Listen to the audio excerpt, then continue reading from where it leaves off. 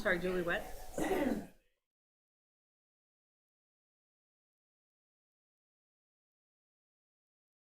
Yes.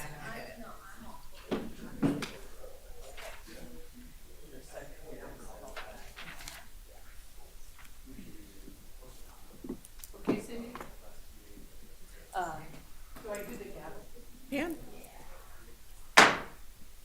Okay, good morning. We're gonna call this meeting to order. So if we could have the roll call, please. All right, one second, let me catch up.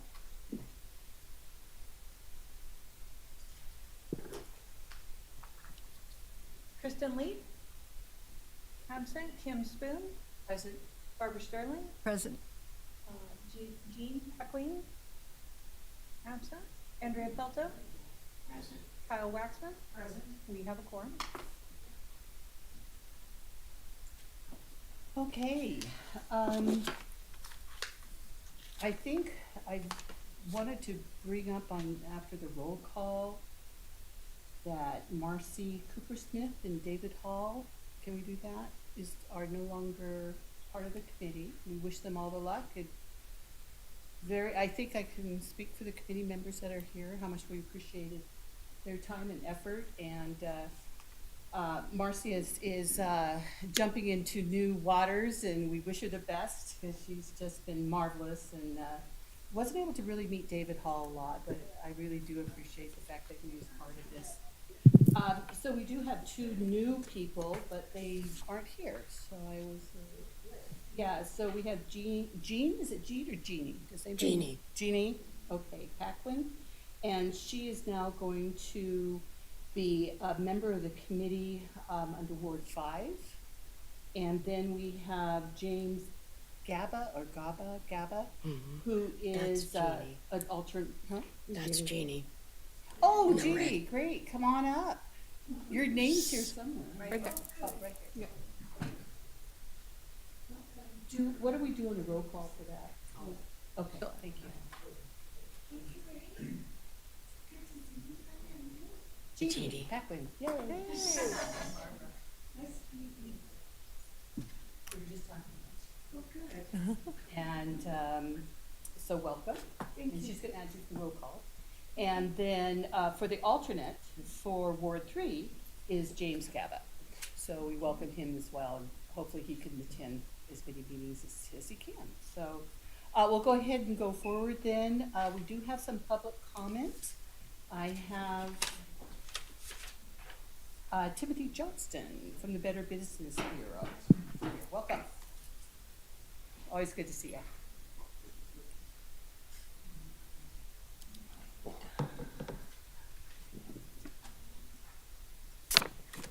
And if you could please speak your name for the records, I appreciate it. Sure. So good morning. Happy Older Americans Month. For the record, my name is Timothy Johnston. I'm Vice President of Outreach with the Better Business Bureau. And for a couple of you, this is old news because you heard this yesterday, but since your last meeting, the Better Business Bureau has released its BBB Scam Tracker Risk Report for 2023. We look at the reports to BBB Scam Tracker to assess not only the volume of scams, but also which scams are people engaging with and what's the median dollar loss. So essentially, what are the riskiest scams? And as we look at the breakdown for different age ranges, individuals 65 plus, the riskiest scam in 2023 were investment in cryptocurrency scams, followed by romance scams and home improvement scams. All the information is available on our website for free download at bbb.org/risk-report. And if you have any questions, you can always reach out to me as well. Also wanted to let you know something new that we added to our BBB Scam Tracker is a scam survival toolkit, and that was just released this month. Scams often have serious financial consequences, and they can also have a negative impact on our mental and also emotional health, causing reputational damage, harm our credit, and also take up valuable time. I know that as I'm a recent victim of identity theft. Figuring out what to do next can be very stressful, so we created this Scam Survival Toolkit to provide you with immediate steps for response, guidance for proper reporting, numbered action lists on what to do next, and links to additional resources, and also preparation for avoiding future scams. To make it easy, we've added it to our Scam Tracker website, and that is available at bbb.org/scam tracker, and you'll see a link in the upper right-hand corner for the Scam Survival Toolkit. Thanks so much, and have a great day. Okay, that's all I receive for public comment. Right. So we'll go ahead. I think we may have one here. One there. Do you want to speak? Liz? Oh, Come on. there you go. Come on Thank down. you. Come on down, Karen.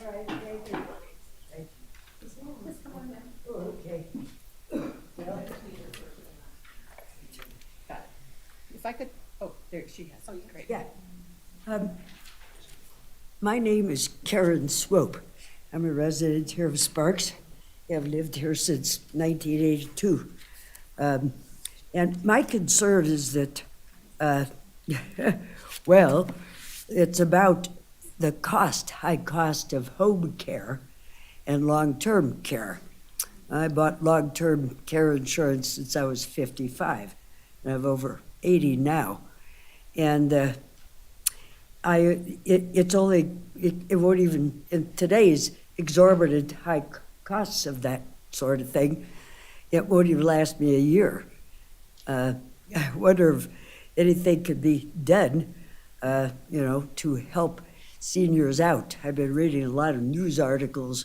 I read the newspaper about that long-term and home care. They can't find enough workers to do it because they don't pay them enough and that kind of thing. So they're having a hard time finding like nurses and, people that work in that line of profession.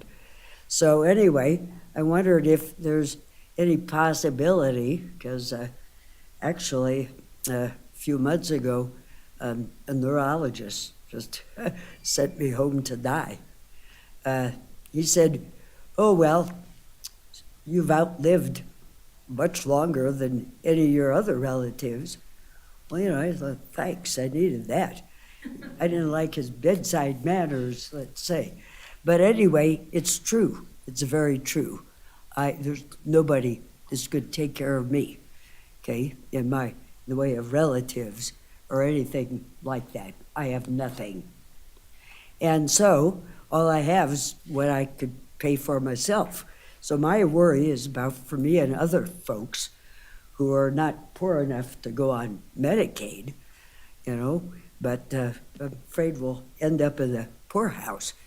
So we've been paying taxes to the county, the state, the city for numerous decades, and I wondered if maybe you might consider, I might not live long enough to realize it, but other people will, some kind of a fund to help us out, help people out so they could stay in their own homes longer, or set up a scholarship fund to encourage more people that want to become a nurse, say, to stay in this town or stay in this state at least to work. So anyway, that's my my request, because I never had to think about this before in my life, but I have just of lately. My back and my feet they're a train wreck, and there's nothing they can do about it. So anyway, thank you. Just a thought that I'd like to maybe, pass over to you. Thank you very much for listening. I appreciate that. Thank you. Oops. Oh, thanks. Yeah. Yeah, that chair moves on I me. know, that's why it just It's a roller chair. It sure is. That's why I don't like it. Here, does this go up? Yes, it does. I'm also, I'm also down. Okay, if we don't have any other public comment, then we'll go ahead and have, for the agenda, to approve the agenda, please, if I could have a motion. Andrea Belto will make a motion to approve the agenda. You want to make the change? With the change of moving item, thank you, 7.1 before item, or after item 5.1. Is there someone to second the motion? Barbara Sterling will second the motion.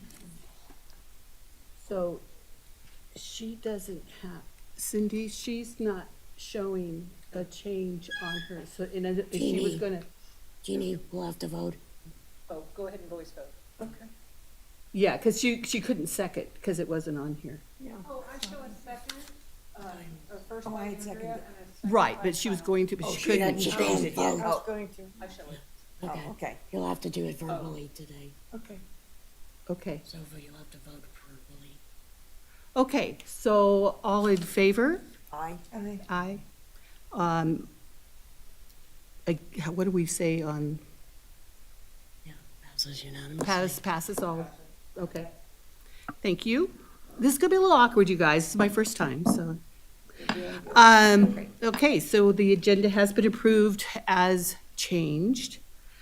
So we are going on then to 5.1, which is the consideration and possible approval of the minutes of the Sparks Senior Citizens Advisory Committee meeting for February 28th, 24. So if I could have a motion to And- approve the minutes? Andrea Belto wants to make a change along with her motion. We need a correction. So on item 6.5 in the minutes, when it talks about an NCIL, it says that they were going to give updates on transportation. It was not transportation, it was rental assistance. So Andrea will make a motion to approve the minutes with that correction. Okay, a second, please? Sterling will second the motion. Thank you. All right, all in favor, or do we wait to? Yeah. Yep. I'll wait, sorry. So we just vote, And Jeannie can say aye. and you can say aye or nay. Okay, got it. Okay, it has been passed. So, that will bring us up to the next item on the agenda, and we are going now over to 7.1. So in case Barbara has to leave, where we could vote on this. So 7.1 is consideration, discussion, and possible action of the Sparks Senior Citizens Advisory Committee supporting the Reducing Drug Prices for Seniors Act. And that's a bill designed to lower out-of-pocket prescription drug costs for seniors for possible action. And Julie is going to talk about and explain more of that bill before we vote on it. Good morning, Julie Dewell for the records. I wanted to let you know that Molly Rose Lewis, who is a regional representative and healthcare manager for U.S. Senator Jackie Rosen, reached out to this committee via Andrea and myself to ask if the committee would like to be listed as a supporter of U.S. Senators Jackie Rosen and John Corwin's bipartisan bill to lower out-of-pocket prescription drug costs for seniors. To give you a little bit of background, both senators introduced this bipartisan bill to reduce prescription drug costs for seniors. The Reducing Drug Prices for Seniors Act would directly reduce out-of-pocket costs by requiring that prescription drug co-insurance payments for seniors on Medicare be determined based on the lower net price of the medication as opposed to the higher list price. Currently, co-insurance payments that seniors pay are based on percentage of the drug companies' list prices, which are more expensive than the prices that insurance companies pay after negotiations. This means that what seniors pay is calculated at a higher price than what the insurance company pays, resulting in higher drug costs for seniors. Molly Rose Lewis reached out to ask if the City of Sparks Senior Citizens Advisory Committee would like to be listed as a supporter of this bill. You have two options. You may either be listed as a supporter of the bill or not be listed as a supporter of the bill. And you can choose to discuss it for however long you need to discuss it, and then somebody can make a motion. The motions would be to be listed as a supporter or not to be listed as a supporter. So is there any discussion regarding this? No, I think it's a great idea. Yeah, I think. I'm not sure what the downside is. I have a question. Is there anything else in the bill besides this item? Julie Dewell for the record, not that I'm aware of. This was just in the email from Molly, and I don't know if there is anything else, unfortunately, in that bill. I have not read through the entire bill. Do you know if there's a cap on it? How high it could go? For example, Ozempic. If you were to take Ozempic and your insurance company pay for it, it'd be like $1,000. Right. I do not know that either. I'm wondering if you choose to table it until some questions are answered, we could reach out to Molly to answer some of those questions. Unfortunately, I don't know any additional details. Barbara Sterling, I would like to table it. I would like to read it. There are certain drugs that are probably qualify and then certain ones that don't. And then you have insurance that is, they're paying different. And then you've got Medicaid telling you what the prices are. So I would like to look at it. But in general, it's a good idea. For instance, the Yeah. insulin, I know that's. And I think it was, in reading that background, I do think that it basically is co-insurance from your insurance company and just paying that lower price of the medication as opposed to the high list price. But that's the only details that I have per that. Andrea, did you have any other? No, and again, I honestly didn't read the whole bill, but I don't know if there's a misunderstanding about what this bill is about. I do not believe it talks about caps, because again, it's just saying that currently now, if your copay is 20%, you might pay 20% of the $1,000 that they're charging. But that price has been negotiated with the insurance company for $500, so you would only pay 20% And I of wonder $500. also about programs like GoodRx, that kind of thing, which can also cut the costs. Right. And there are several programs Yeah. similar to that. Yeah, I just don't see any drawbacks to putting our support to lowering drug prices. I I just, just wondered. if It might there's not, anything it else. might not be everything we want, but I think it's at least, again, a start the same way they started with certain medications. So anything we can get lowered is a help. I was just wondering, Can you state your Before- name? Interrupt, I was Yep. just Yeah, will you going to please, when you speak, just state your name for the record? Yeah. For the record, Kyle Waxman. I was just wondering, before we table it, is there a time frame in which we have to respond that this legislation is actually going to go in front of the Senate to be voted upon? You know, I am honestly not sure about that either, but the email came in a couple of months ago. I wouldn't want to, Yep. because we only meet quarterly, so I wouldn't want to say that we'll Correct. table it and the bill gets passed and then we're left out totally. This is Kim Spoon for the record. I agree with that. And I was going to ask the same question. I do believe that it did come out several months ago. And I think, because we talked about it, I believe, on the last meeting. So my inclination is because what Andrea is saying. Andrea, hold on one. Andrea Pilto for the record. Yes, originally we had been informed that we we needed to make our statement before this meeting. And that's how, long ago it was. But then it came back out again that they're still taking, letters of support for this bill. So I agree that we probably could not wait till another meeting to do this. This is Kim Spoon for the record. Does everybody, any more discussion on this? Does anybody have a motion to do one or the other?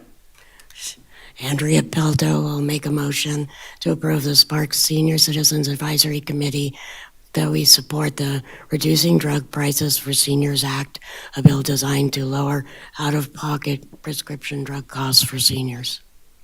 A second? I'll second it.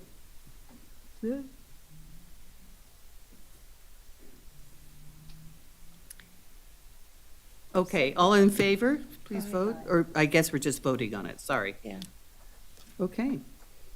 And it has passed. Thank you very much. Good discussion. All right, so we'll go ahead and get back to the agenda item 6.1. And these are our presentations. Our first presentation is an update for Ward 2 by Ward 2 Commissioner Diane Vanderwell.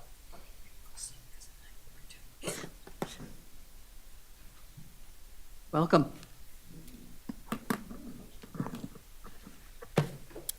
Good morning. For the record, Councilmember Diane Vanderwell, Ward 2. It's been a minute since I've been here, so it's good to see all of you, and there's some new faces. What I'd like to share that I have been working on, of course, for the last couple of years. I have over 35 years in finance and housing, so of course that's near and dear to me, and that's always number one on everybody's list right now. So I will share with you that I have been working with an out-of-state developer on a project in Reno where he has agreed to do multi-year leases for seniors so that seniors understand as rents go up, they can budget for it, and it's not a surprise for them. And then I'm happy to announce he's doing a project in Ward 2, and he is committed to also do multi-year leases and set aside housing for seniors in that project too. And there's 122 units there. So, and we hope to see sticks in the air on that early 2025 on the Sparks project. Okay, then I wanted to share with you, I sit on a statewide nonprofit called Opportunity Alliance Nevada, and I wanted to share with you some of the programs that they provide. They have a free financial navigator program, and what that is you can call in, and within 48 hours, a financial navigator will call you, and they will help you with baseline budgets. So if you're having issues with that, and the organization over the last year has helped close to 4,000 Nevadans because we are a statewide organization, and they are in a referral partners with each person that applies through there. They're being assisted by close to 198 organizations.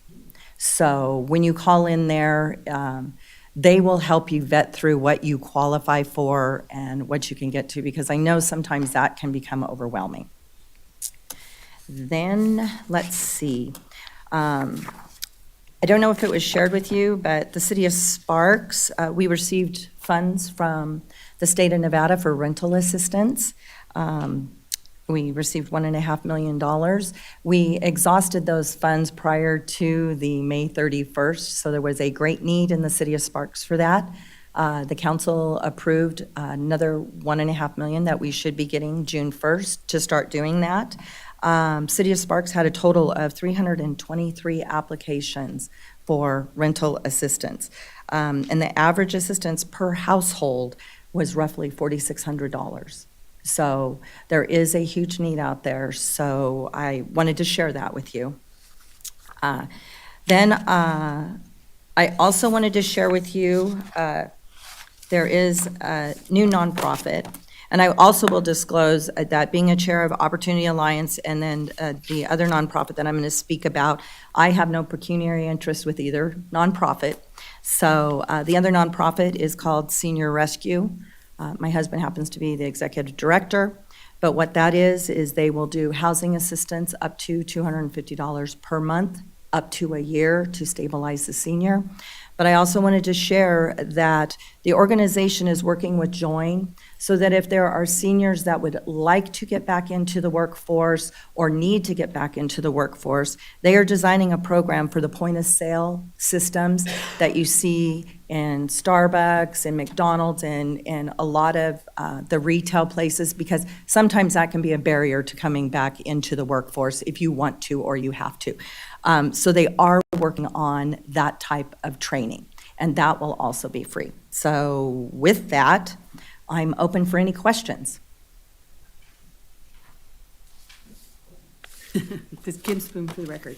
I'm sorry, you were talking about the Sparks project, 122 units. Where is that? It's called Moore Park, so it'll be up in the Moore Park area. So it's Where is up, that? I don't know where it's next door to Boulder Creek.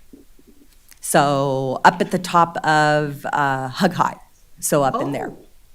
More in Yes. the Sun So, Valley? up in there, yeah, Closer right to in, that. right on the line up there. Oh, I think I know where that is. Is that Yes. across from the fire station kind of thing? To be honest with you, I don't know. Okay.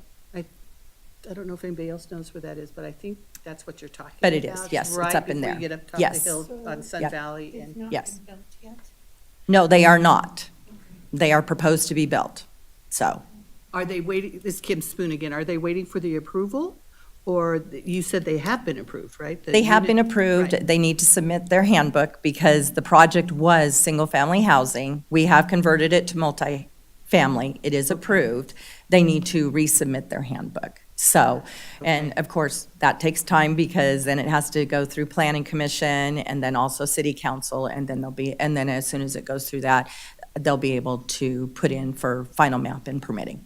Okay, thank you for. But I'll keep clarification. everybody updated on that as it moves through. Yeah, interesting. happy to. Because they've had a lot of apartment complex up there. Yes, So I was they just have. curious, kind of. Yes, yes.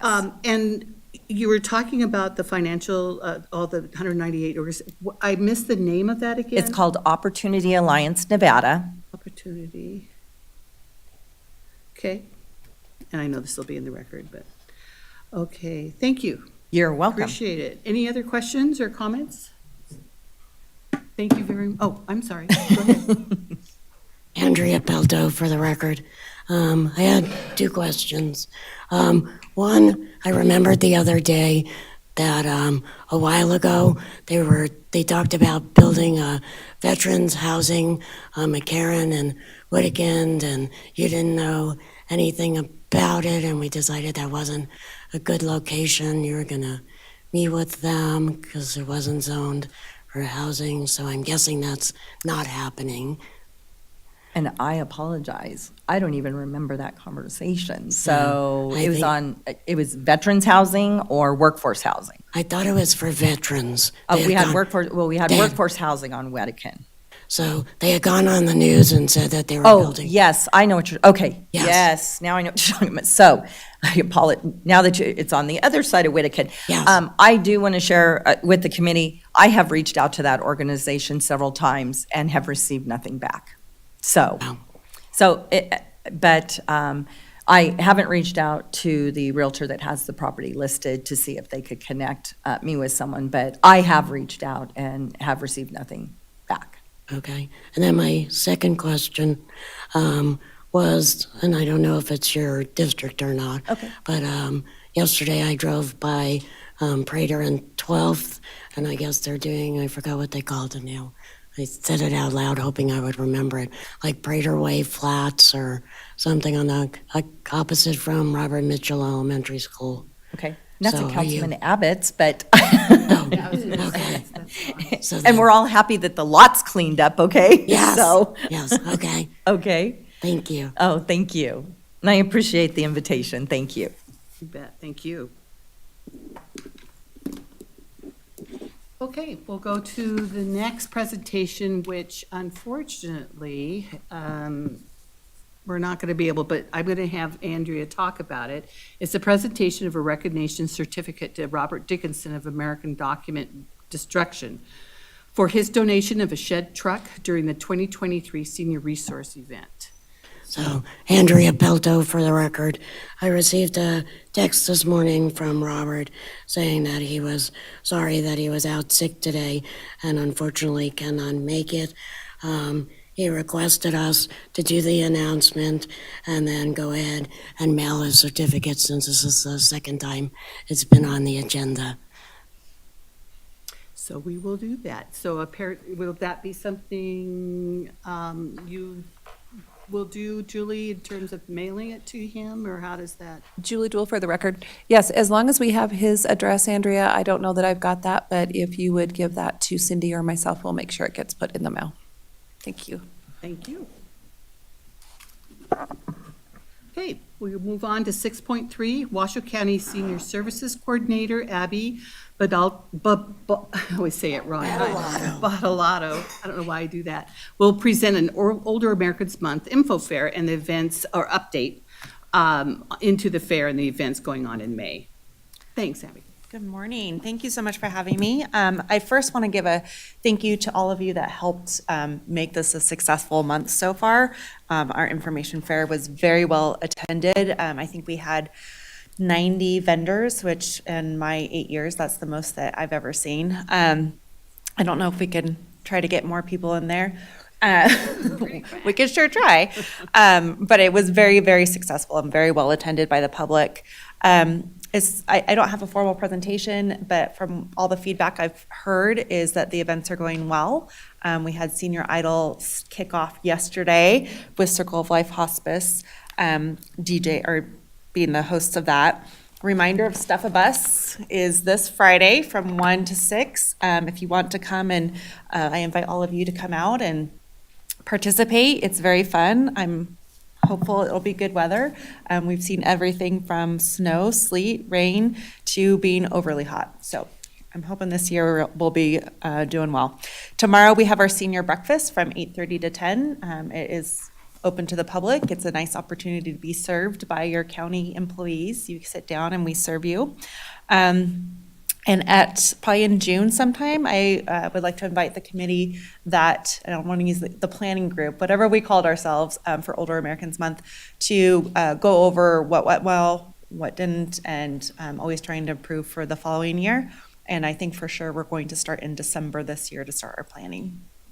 So, any questions? No, but I do have a comment. I'm sorry. I'm Jeannie Paquin. Oh, and you want to turn on your? It's not working. There you Oh, go. there it goes. All right, I'm sorry. My name is Jeannie Paquin. I have a question. How can I help with this committee next year?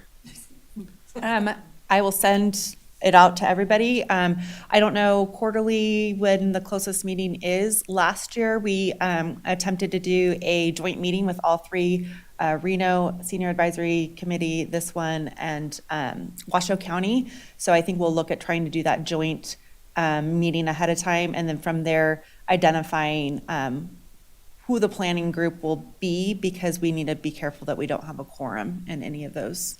Okay. So yes. Great. And this is Kim Spoon for the record. So is there, do you think December, has everybody thought December is soon enough, or are they? I think in years past, we've started the conversations typically in December and then started really planning in January, and that seems to work well. Unfortunately, this year, due to various reasons, we weren't really able to sit down until towards the end of January and February, which made for some rushed timelines. In addition to our timelines that are really dictated for as far as getting these beautiful books done, by our digital communications, because this year is a election year. Our deadlines were pushed up a little bit so they could print everything that they needed out of the registrar's office. So it was just a perfect storm to be a little bit behind the ball this year. So I think December works for us. Early December. Yeah, early December. Kyle Waxman for the record. Abby, will the senior center be done in time for next year's Senior Fest? So Kyle is asking that question because we are currently in process of a capital improvement plan that hasn't quite started. I believe so, to answer your question. Just to give a little bit on that is we're getting our parking lot redone. The kitchen is being expanded, new flooring, and that's just phase one. So I'm very hopeful it'll be ready. We were very clear that it couldn't start until after May, so I will hopefully next month it'll be starting. Great question, though.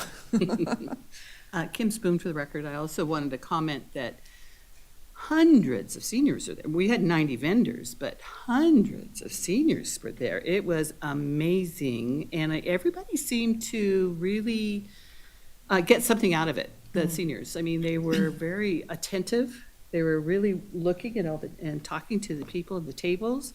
I don't know if having lunch had anything to do with that. So I think I would love to see that continue, to keep having the lunch. I don't know if that's going to be something.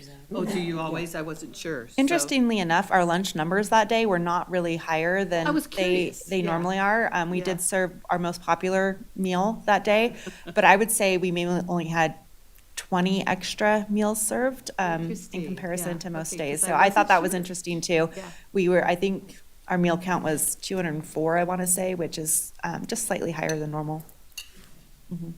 Well, it was very interesting and fun. It was a good fair. Thank you. Thank you. Okay, any other questions or comment? Andrea Belto for the record.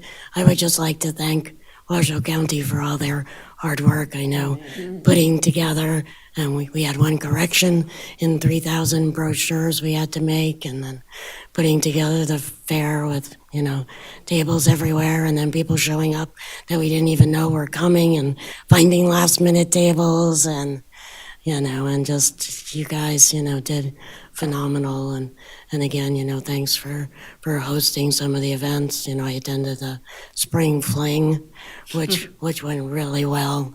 And, we were really excited. We appreciated the use of the building after hours. And so did the seniors. They just danced the night away. Very nice. And so just thank you very much for you and the staffs. Please share with the staff all their hard work was really appreciated. I will definitely share with staff, and thank you for everyone who helped put those stickers on.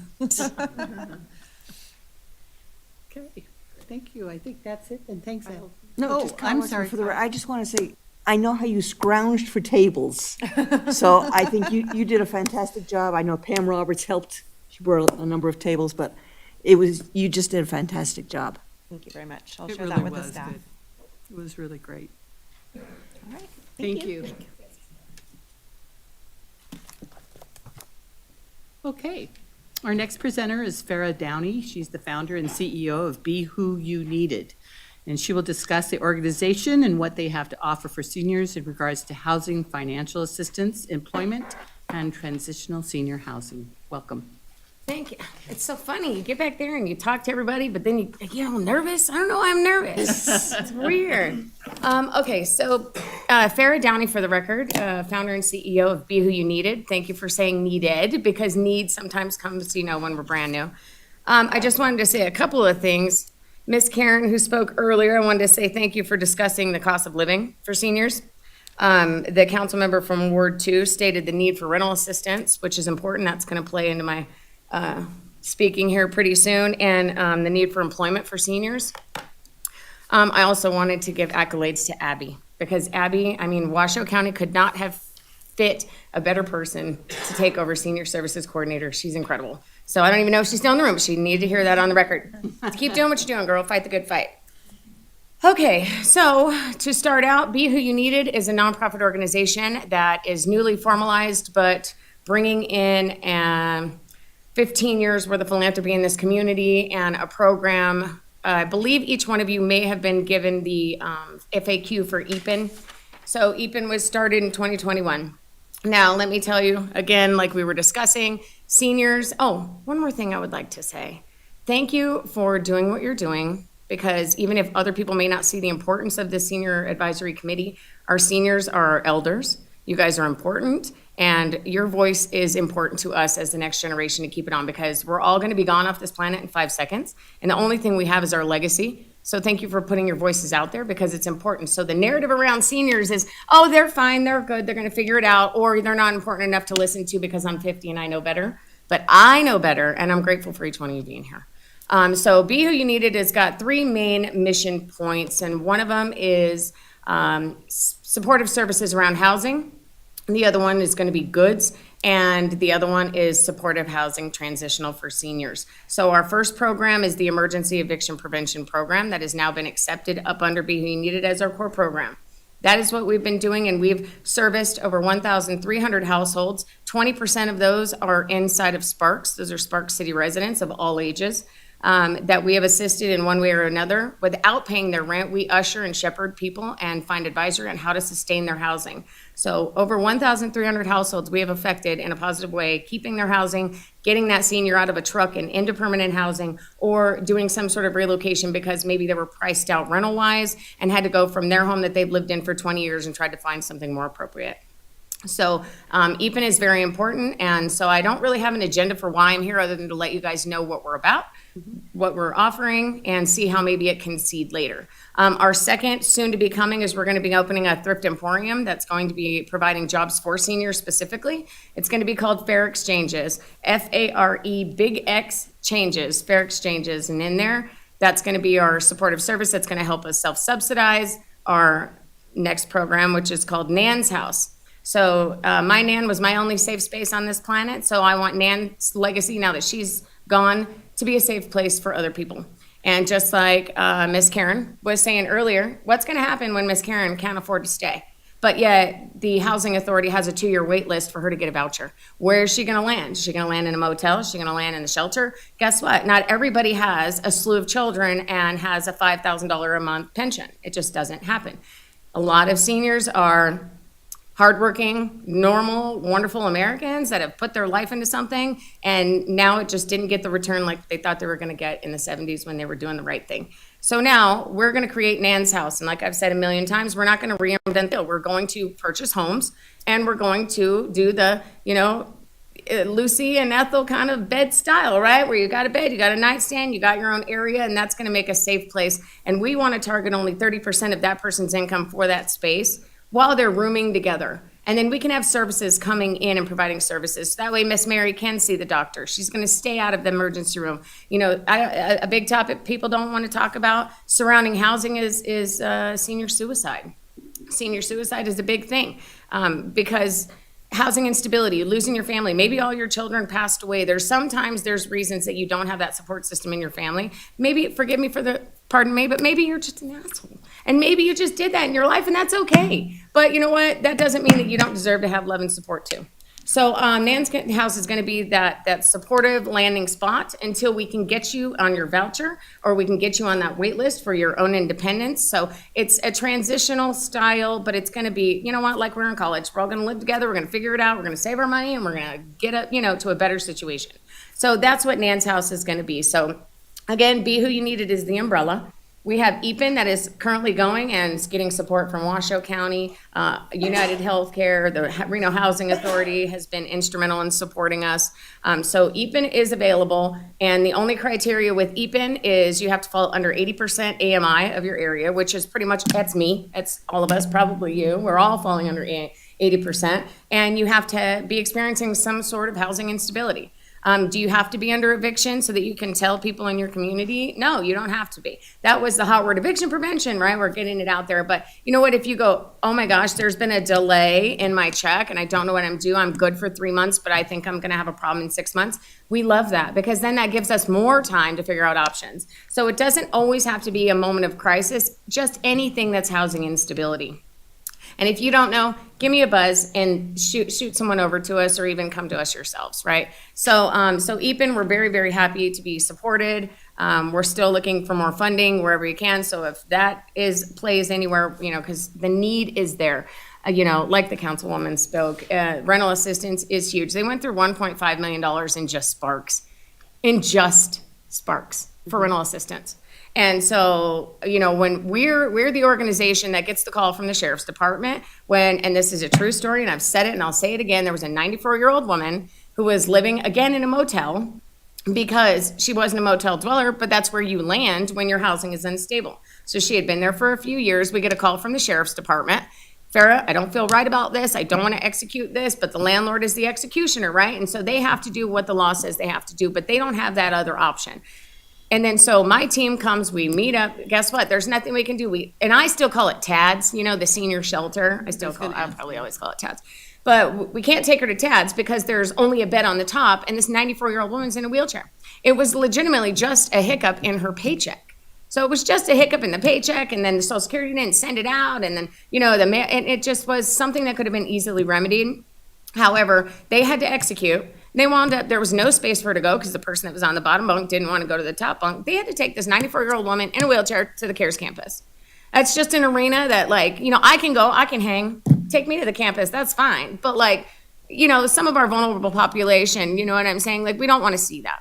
So and I like to call it research and development by accident of just working EPIN, I realized there's no solution for where seniors can go. And then there's this narrative, oh, they're fine. Or you guys, not to be disrespectful to your society, because I'm almost 50, but you're the forgotten generation. People just think you guys are fine and nobody thinks about you. If you are a young mom with children, there's a place for you to go. If you're on drugs, there's a place for you to go. If you're just a woman who worked really hard at Kmart her whole life and she did great and maybe her husband passed and now she makes $900 a month on Social Security because that's all her government's going to support, why isn't there something for her? Or at least a soft landing spot so we can get her something sustainable. Because there are resources out there, right? But there's like a 2-year gap. If you walk into Reno Housing Authority, which is an amazing organization, but that's the long game. There's nothing right now. You know, it's like, I mean, there's houses set up to help recently incarcerated felons come out of jail. They will pick you up in a bus and they will take you and they'll get you your ID and they'll give you money and they'll get you on food stamps and get you ready to go. Is anybody going to the senior center picking people up and saying, hey, let's go get you in a home? No, it's not happening. So I'm a solution-based individual. I talk to God every day, even though most of you guys, when you call me, put me on speakerphone because I may be cursing once or twice. I don't know. It just is. But the Lord's telling me this is just an arena. So when I see a gap, then I feel like this is my motion. I wear my Nan's fingerprint around my neck because all we have on this planet, and I'll say it over and over again, is our legacy and our character. What are you going to do with it while you're here? What is important to you? And so I didn't even want to get into the space of human beings because I would rather talk to a dog all day long. But the Lord is going, you know what? This is the need. So as we're working EPIN and we're helping all people, all ages, from children to elders, all, you know, the whole gambit, I see there's a need for senior housing. So I feel like, you know what? That's where God wants me to go. And then we're going to be opening up fair exchanges because 1, it'll help us self-subsidize, but 2, then it'll create that, you know, what if Miss Jean is just making $900 a month, but she can make, you know, 22% over that or whatever that bar, just like help her subsidize a little bit. Maybe she wants to go get her hair done. Shit, right? Like she should be able to have those opportunities in our community. And so I want to be that person to be able to help you guys. And so that's why I strategically started Be Who You Needed. And the Lord shepherded my way. I literally went down, I hugged the lady down at, you know, the Secretary of State when she gave me my, you're good to go here, you're all legal. And then within 2 weeks, within 10 days, the IRS gave me my 501c3, 509A2. So, you know, when God works in his ways, there is just no, you know, no man can stand in front of it, right? So people can say bad things about you, and people can say all kinds of whatever they want, but when the Lord wants something to happen, then that's why I wind up in front of you good people, chatting my mouth today on a Wednesday. At least I hope it's a Wednesday. But yeah, so if there's any questions about Be Who You Needed, I'm really, really excited to get it out there and roll it out. So, yeah, thank you. Go ahead. Andrea Belto, for the record. Thank you so much, Farah, for everything you do. I had a woman come up to me the other day at an event, and she said to me that I guess her son and daughter-in-law, or daughter and son-in-law, I guess had been doing drugs, but had gotten clean, and so now they needed a place to live. Yeah. And she said that she had already taken in their children and was raising their children. And now she lived in this 1-bedroom place with the children and now the 2 extra adults. Right. So now there's 5 people in a 1-bedroom? Yes. Yeah. So- Because that's what you do when you're a senior. You're the mom, you're the dad, you're the fixer, you're the helper, you know. So of course you're going to take them in. So is that a scenario where I should have? Is that unstable housing? There you go. Okay. I purposely leave everything vague because it's like I'm a fixer. If we Right. just put ourselves in a box and go check, check, check, oh, sorry, I can't help you. I never, ever, ever will turn anyone away. So even if you shepherd someone to us and then we go, let me tell you a little bit about EPIN, and I won't take everybody's time because I know there's a gentleman in the back that's got a real job to get to while he's out there. So what EPIN does is we're a group of advisors. We're not case managers, we're not real estate agents, we're not, you know, mental health experts or anything like that. We are the family member you're going to come to, and we're going to look at your situation because you and you could be living next door to each other and have totally the exact same scenario, but your situations are completely different. So what we do, we take your situation, we're going to look at it, we're going to identify what is the core issue inside of this household. So the first thing we're doing is formulating, and we're going to identify what's happening so that way this house is unstable. And then after we identify, then what we're going to do is I like to call us the firefighters. We're going to put out that instability quickly. Say it's rental assistance, maybe you're unsafe, whatever it is. And then what we're going to do is we're going to target and give you resources to give you the best optimal long-term sustainability option. So it's like we're not just going to go pay your rent, right? Because that recidivism is going to be there. We see people coming back to us quite often because sometimes it's their own doing. So, or they just can't get it right. So we're not just we don't pay people's rent. We've only been funded for our time. Only this last year cycle, and we've been in business almost 3.5 years, have I gotten funding to pay for the papers and the pens. We have only been paid for our time. So we're not the ones paying people's rent and putting it out there. We're actually looking at your individualized situation. We're identifying what's going on in your house to the best of our ability. We're not perfect, but then we go, you know what? This is what we believe will help you in the long term, and we're going to put out the fire. And we stay with you as long as we can. We have some cases open for 6 months. Because you know what, we put out the fire, we paid the landlord, we're all good, we got someone to donate, and now your housing is not, unstable.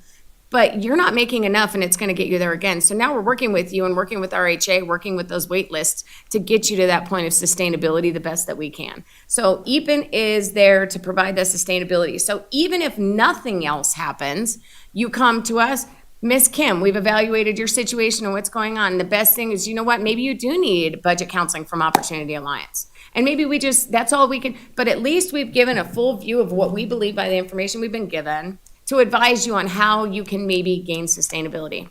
So even if that's what I'm saying, so send everybody that's having some sort of housing instability at all, or you're not certain do they fit, everybody fits. Everybody fits because nobody fits. So I'm purposely leaving things vague and leaving it open because not everybody fits. And I'm kind of like that outlier, and I'm the black sheep, and I'm the girl with tattoos, and I'm a little bit loud, but there's a lot of people out there that benefit from that. So yeah, don't ever question if, just send them their way, and then we'll figure out how we can navigate them. Oh, Andrea Belto for the record again. So I would like a stack of business cards to carry around in my pocket because I have people come up to me, like I said, and when I'm not expecting it and saying, is there anybody that can help? Perfect. Yes, ma'am. Kim Spoon for the record. Yes. I really appreciate your go-get-'em attitude, because what you deal in is crisis management. That's absolutely right. You may not be a Thank you social for identifying. worker, or you may not, but this is an all-encompassing, and I really appreciate that because I know what that's about. I am really curious, on your thrift store, do you have areas that you're looking at? Are you talking to, where is? As far as the location of where it's going to be Right, structured, the flagship store, I do. So it's over in the Audi district where all the other ones are. Because Okay, guess what? yeah. That's less marketing that I have to do. Well, That exactly. customer acquisition is going to be way lower because people are already coming. Right, that's smart. And the demographic is already there. That's why I was curious about kind of where you were looking, Right. if you're, because to me, that fits into your business model of incorporating. That's right. And I think that's really important. So I think that's really exciting. As far as the Nance House. Yes. Oh, wow. Yeah. Is that needed? Now, looking at TADS, which is different, that's a different model, but that's all there really is for this transitional type of housing for the Right. seniors in crisis. Is there, so how will this be structured? Will you have like a house person that's there to do meals, to do transportation for the people who are being housed there?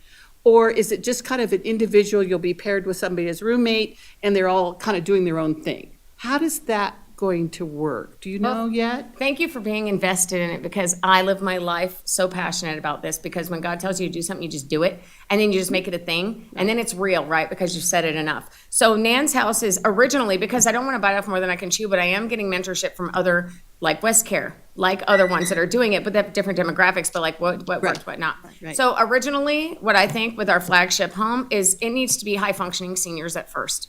Right. It needs to be the person that is, 68, but still goes to work every single day. And normal people, let's just say it what it is. Normal people that are able to get to the doctor on themselves or hit the bus line or drive or whatever. So the original Nan's House, when I'm saying the flagship, which I believe that one needs to be less services and such, because we want to stair step in and then we'll get into the more houses that we acquire, then we'll get into the more intense. And then eventually get to the type where we're doing the $5,000 a month services, but not for that, right? So the original Nan's House is going to be just high functioning seniors. Now, let me preface this. So we say Nan's House, and that's a little umbrella on itself.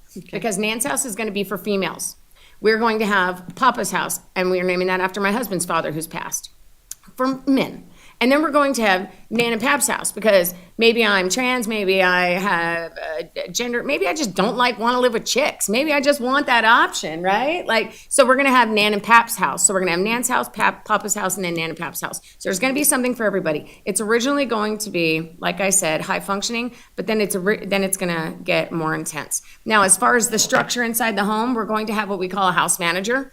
And I just believe that needs to be You know, Kim, you live there, but you're a little bit more, you know what, you work, but you're subsidized, maybe your rent could just be a little bit lower. Or maybe your rent's free because you go, damn it, you know, Kyle clogged up the toilet again, I gotta call Farah, right? So those kind of things. So a house manager, because then that will give another opportunity inside of an opportunity for somebody that is, so that they're living there, but then it's another opportunity to kind of be like the campus, like when, at, you know, like at UNR, how they have the home monitors, right? Like something like that. Now, like I said, eventually, maybe 4 or 5 houses in when we get our sea legs going, then we're going to start partnering. And I'm already getting those relationships with United Healthcare and all of those. So that way the services can be more intense and we can have nurses coming into the home and so on and so forth. So, because we want to provide that spectrum, but originally out the gate, we just need to be landlords so that way we can get it out, Good. you know?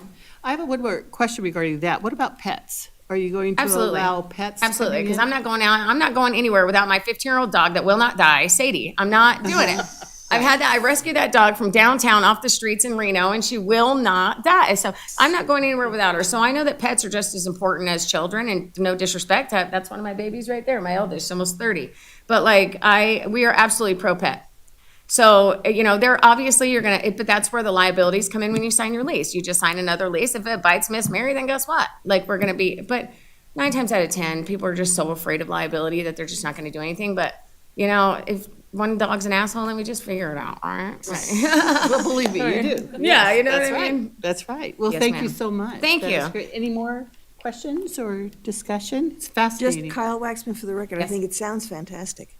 Wonderful, thank you. I am. You know what? I didn't truly even know. impressed. I didn't even know I was going to be doing this. It just started happening organically, and you know, through trials, tribulations, other people sabotage, whatever. But what God has for you, nobody can stop. And so, like, you see a need, you need to fill a need. And like I said again, really quick to leave you with this. Like, name 2 people back in your family. 9 times out of 10, you can't. You remember what your grandpa looked like, but that's it. But you know what? If you do something in his name, and every house that we open is going to be in honor of somebody, because that name needs to be remembered. Everybody knows who Sam Walton is. Why can't we do it for a good reason, right? Why can't everybody know who Veda Miller is, right? Why can't everybody know who Kyle Waxman is? Because it's just, that's all we have here is our legacy. So when you leave this building, remember, you only have today. There's no tomorrow, there's no yesterday. And so God talks to each one of us, and it's only are you gonna listen, right? So this is what I'm doing. There was days I didn't even know how I was going to pay my mortgage. But God said, keep going, keep going. I will give you abundance, but it's going to be an abundance to help other people. And seniors just seems to be my sweet spot. And it's just, you guys are cool, man. So don't let anybody tell you that you're not, because, but I would appreciate it, Andrea, if you could get the panel, all of my email information, so that way we could be connected. So if you guys had any further questions moving forward, that'd be great. Thank you, Miss Julie. She's also a rock star, but thank you, guys. Appreciate you. God bless. Have a good day. Good luck. Thank you. Yes.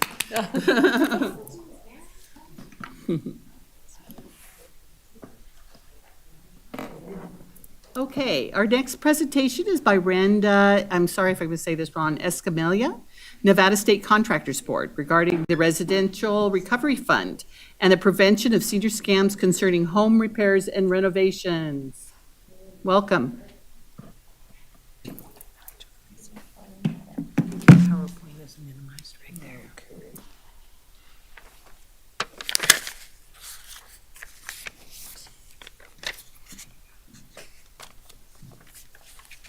Good morning, everyone. My name is Randy Escamilla. I'm the Public Information Officer with the Nevada State Contractors Board. And before I continue, I'd like to introduce our newest member of the Nevada State Contractors Board. He is Eric Spratley.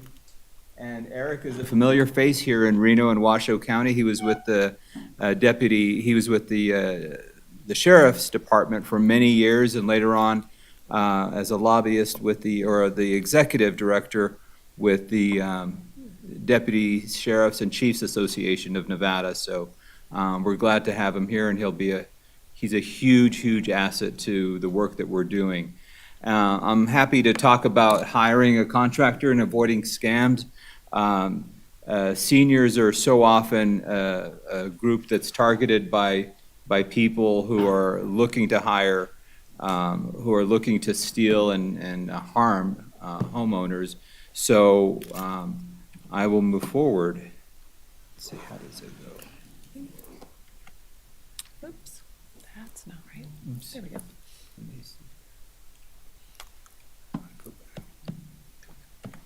So the one message that we want to stress is to always hire a licensed contractor. Because when homeowners hire a licensed contractor, they receive the protections of the Nevada State Contractors Board. And so how do you verify that whoever you're letting into your home, because you're looking at getting your kitchen remodeled or your bathroom, and you're trusting that whomever is coming into your home is going to do a good, honest job. And sometimes that's not the case. So when homeowners hire a licensed contractor, and you can always verify the license by calling us at the Nevada State Contractors Board or going online. We can tell you if this company has ever had any discipline issues. If their name does not come up, that's probably not a good thing. There are unlicensed contractors, and Nevada law requires that all contractors be licensed. So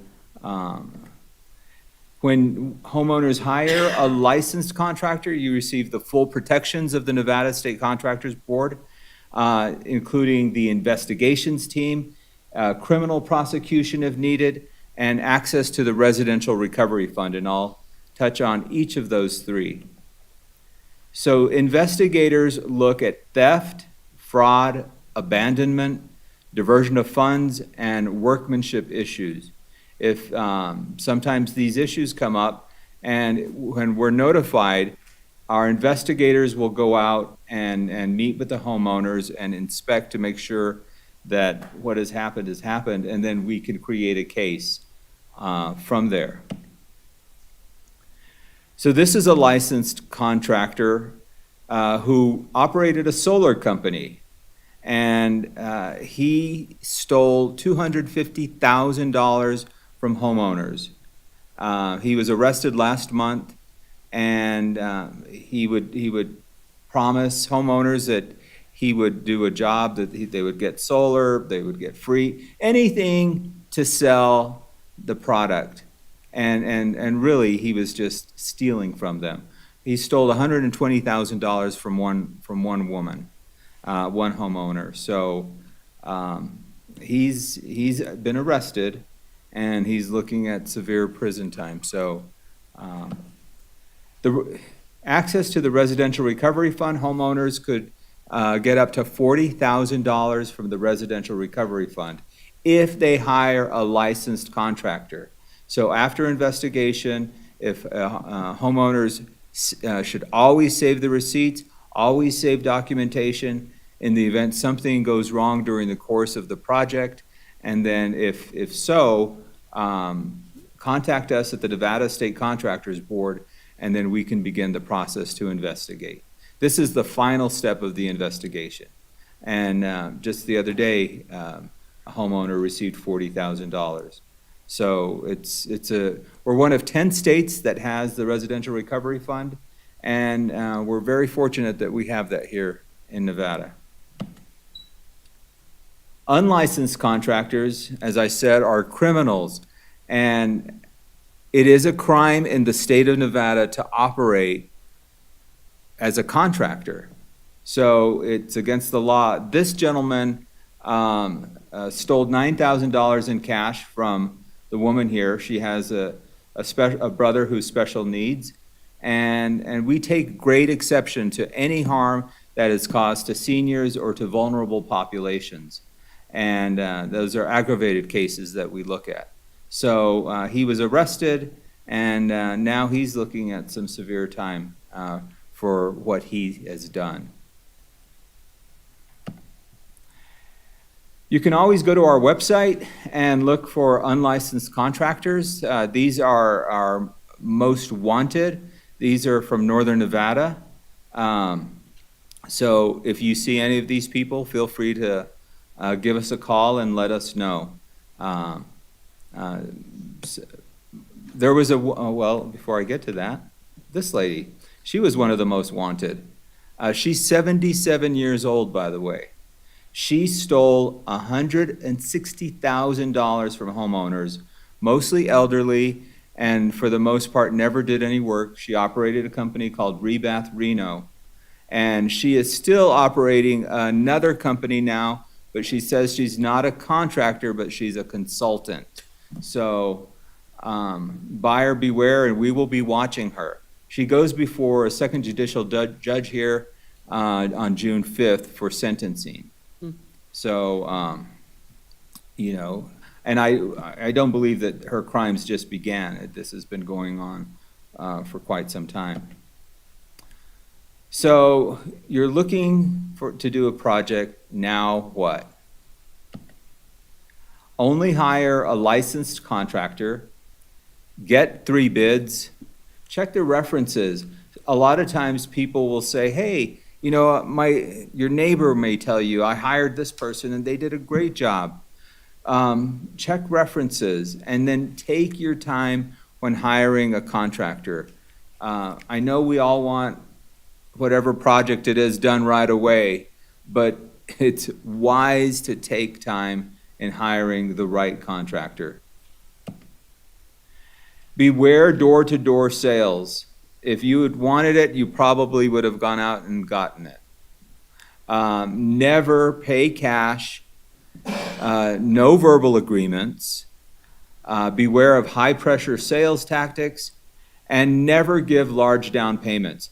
A lot of times, or sometimes, and we had our residential recovery fund hearing last week, and we awarded $170,000 to homeowners who've been harmed throughout Nevada. And so in one of the cases, the homeowner gave a down payment, but they also, the contractor said, if you give me $8,000, I'll put you at the front of the list. And guess what happened? They gave the $8,000, but they never saw any work. So that's a scam. And so beware of that. Down payments, how much do you give during a down payment?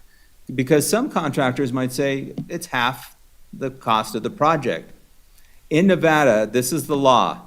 10% down of the project or $1,000, whichever is less. So it's going to be 10% or $1,000, whichever is less, and always pay with a check or a credit card. That way, if there's an investigation, we can check and verify what's happened. And include a payment schedule in the written contract. And again, save all receipts, save all documents. Now, solar. You may be seeing a lot of ads on Facebook, on social media, that the government is giving rebates and all sorts of enticements, or they may come to your door and say that you won't have a Nevada energy bill if you get a solar system. What we want to say is beware, because nothing is free. Related to residential solar, 1/3 of all complaints that we receive at the Nevada State Contractors Board are about residential solar. Hey, hold just that, we'll get these phones taken care of. Sorry about that. No. Thank you. Because of the volume of complaints related to solar, we have created a solar investigations unit that will go after solar companies that are harming homeowners. And the majority of homeowners who are being harmed are seniors. So we just want we want everyone to know that we will use all resources available to to stop homeowners from being harmed, to stop seniors from being harmed, and so this is something that you'll be hearing a little more about if you haven't heard about it already. Visit us at our website, nscb.nv.gov. Here in Northern Nevada, you can call us, and if you have any questions, we can verify if somebody is a licensed contractor, and the number is 775-688-1141. So please give us a call, and thank you for having us. We want to thank the councilman who invited us. We were at the Washoe County Senior Fair last month, and we ran into him, and so here we are, and I'd want to thank you, and if you have any questions, I'll be happy to answer. Kyle Waxman for the record. First of all, I want to apologize for this phone call. I've had some medical issues, so I have to keep it on. But number two, I want to know, I'm assuming you and Tim Johnson from Better Business Bureau do know each other. Yes, Tim and I met at the Washoe County. Okay, because Senior otherwise Fair. I was going to put the two of you together. Yes, no. Hello, Tim. You have anything else? Nope, that's it. Kim Spoon for the record. I have a couple questions. And you may have said this and I missed it, but does the Contractors Board license for different types of contractors? I mean, like general versus flooring versus, I mean, how do you, are you general contractors only or? So there's general, there's plumbers, there's Right, right. electricians. All of them have to have license. Right. And they have to be even landscapers have to be licensed through the Nevada State Contractors Board. Ah, okay. So,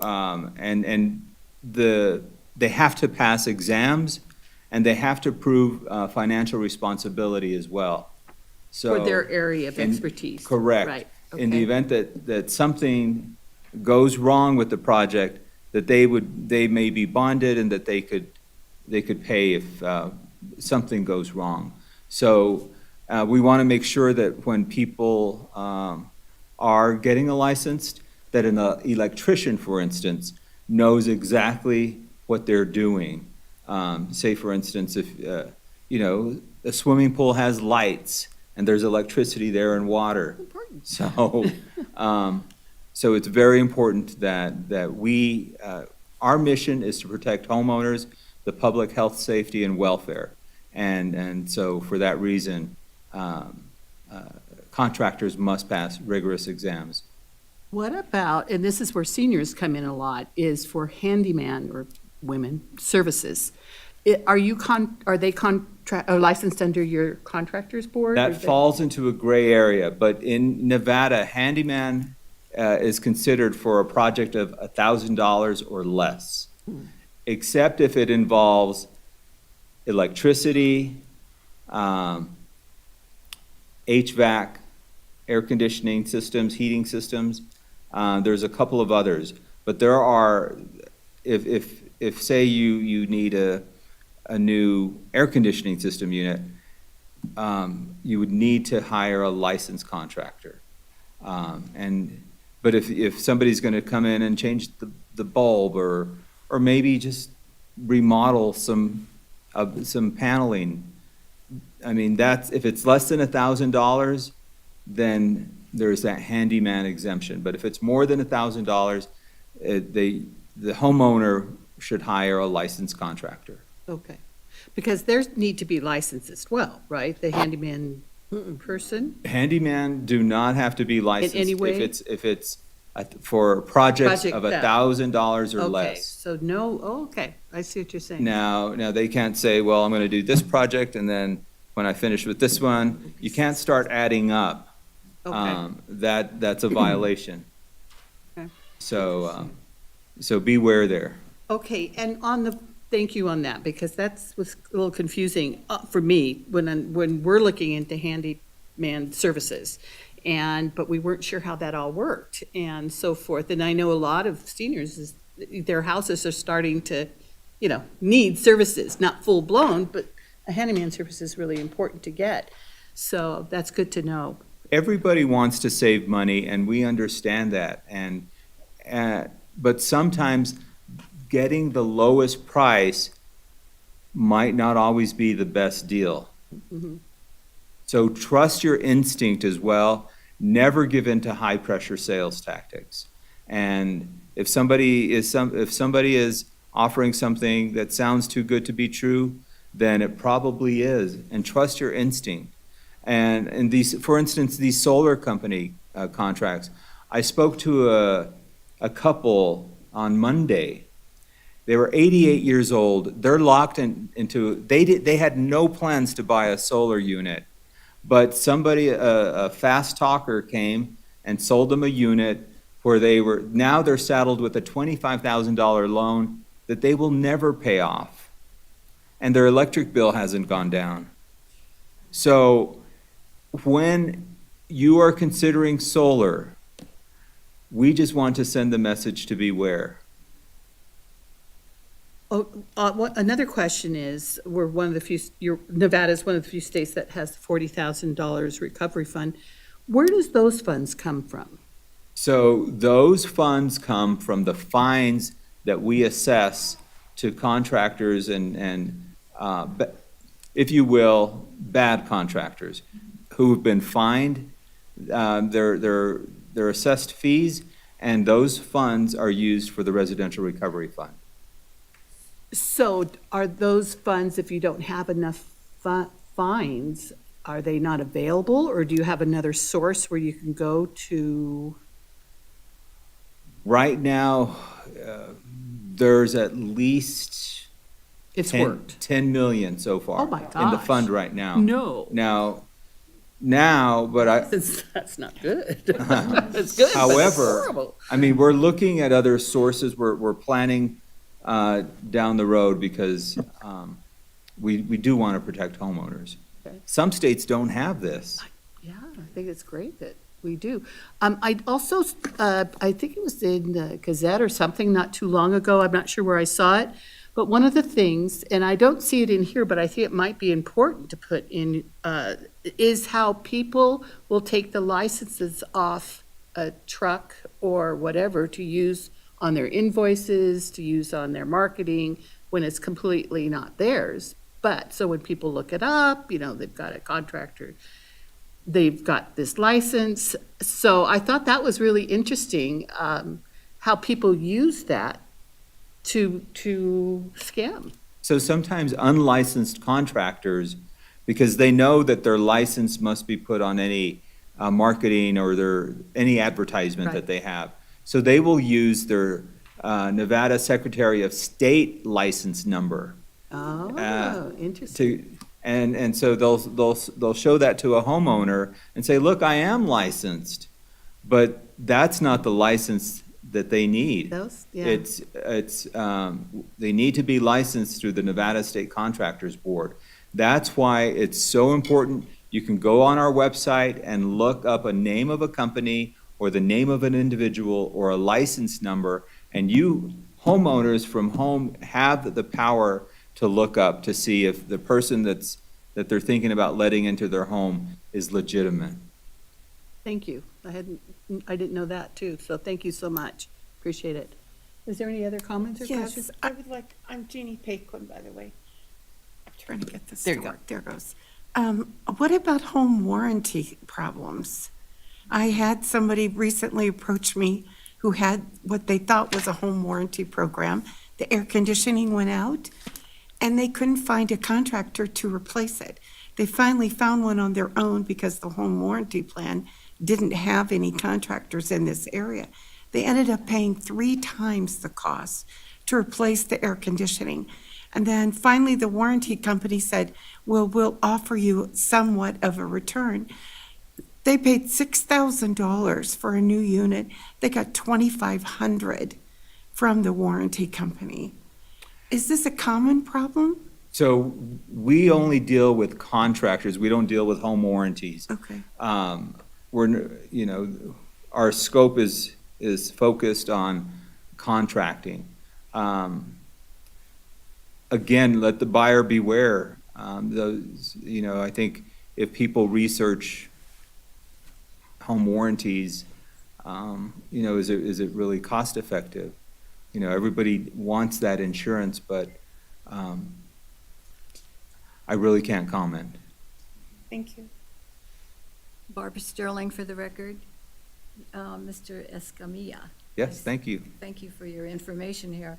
Who vets the contractors to make sure their credentials are? Sure. So during the licensing process, contractors must pass exams. They have to show their financials, that they are a stable company. They have to provide a fingerprint to us, and then they have to pass a background check as well.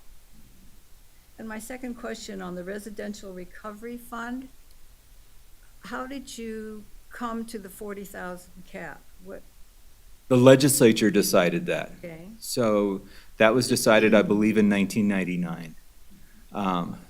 So California, for instance, had a residential recovery fund, but they no longer have it. I wonder why.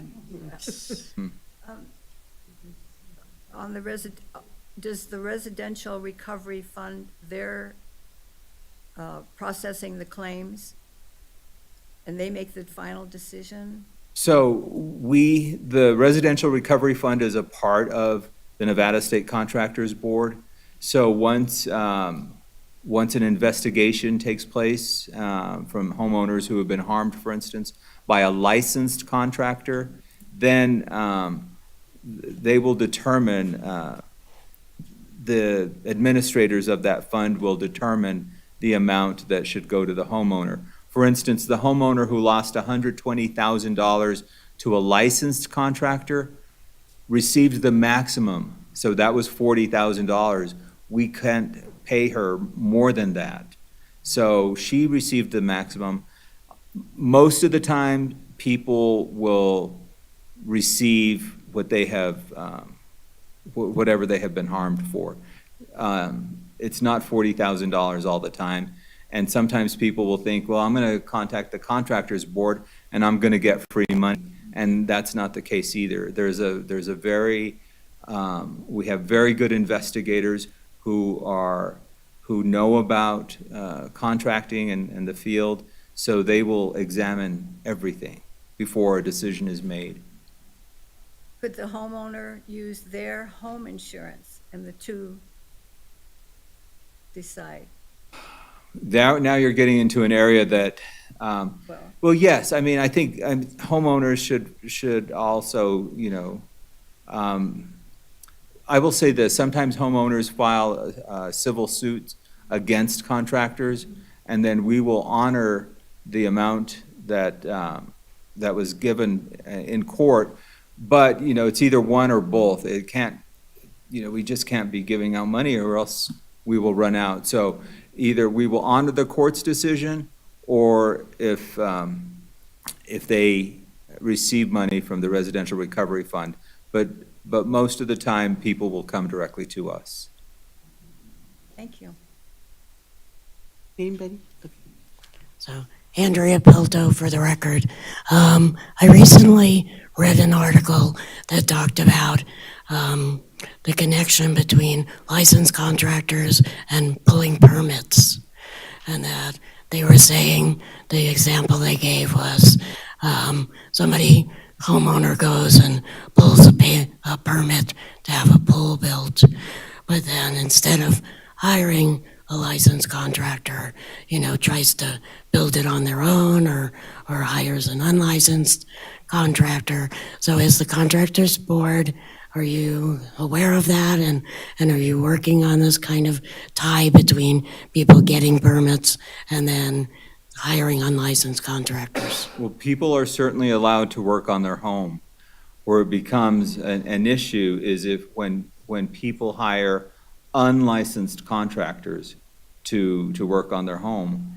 I will just say again that it is a crime in Nevada for unlicensed contractors to work for anyone and to offer a contract for any work of services. Thank you. Thank you. Anybody else? Thank you so much for your time. It was Absolutely. very informative. What an honor to be here, and we're glad to help. And if we have helped one homeowner, then we have done our job. Before I leave, I'd like to invite Eric Spratley down to say a few words. Eric?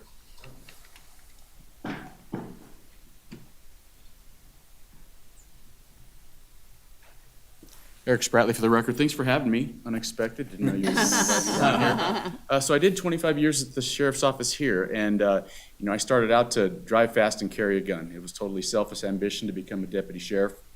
But as I continued in that career, I realized, especially in my time in domestic violence investigations, that victimization is huge, and nobody likes to be a victim.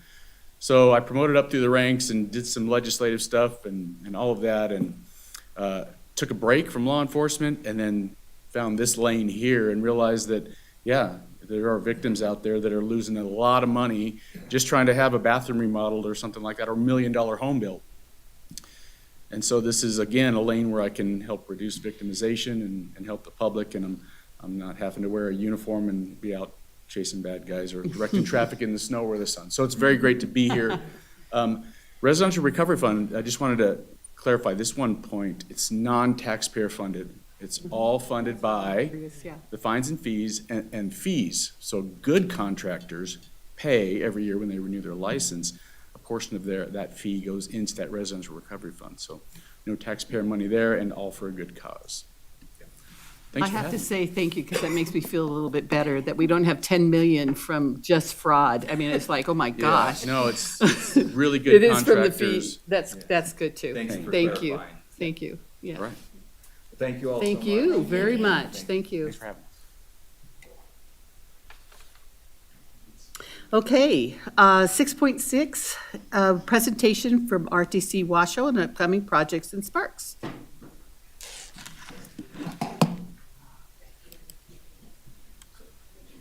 Good morning. Cindy, do you know where Paul's presentation is? Is it at the bottom? Is it this one? Oh, it's PDF? Oh, there we go.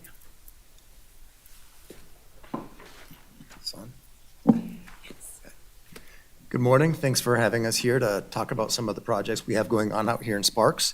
My name is Paul Nelson. I'm the Government Affairs Officer for RTC. So I'll show you the three different things we've got within our agency and what we do, and show you some of the projects. So our Board of Commissioners is made up of 5 electeds throughout the region. We've got Mayor Ed Lawson from Sparks, he's our chair. We've got 2 Washoe County Commissioners, so that's Alexis Hill and Mari Luz Garcia, and we've got 2 Reno City Councilmen, Mayor Hillary Sheevy and Devin Reese. We also have Tracy Larkin Thomason from NDOT, who is an ex officio. She's the director there. And then we've got Bill Thomas is our executive director at RTC.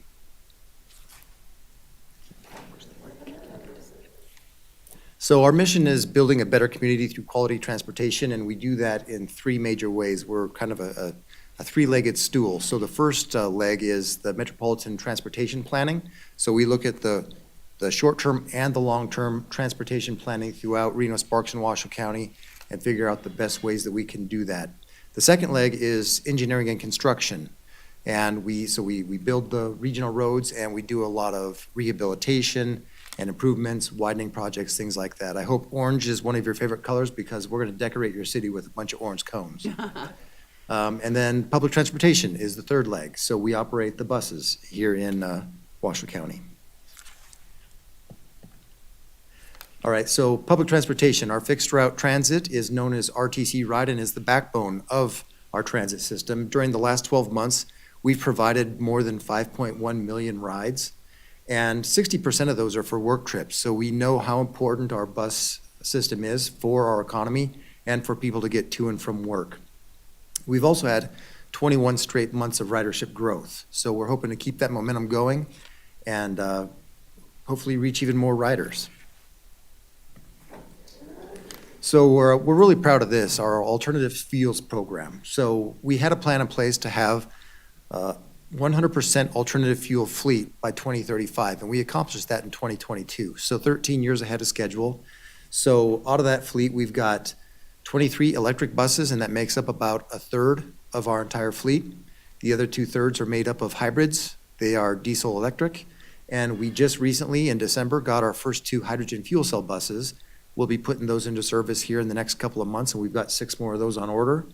One of the reasons that we decided to go and try out the hydrogen is because They're also electric buses, but instead with electric buses, you'll get about 100 miles of range.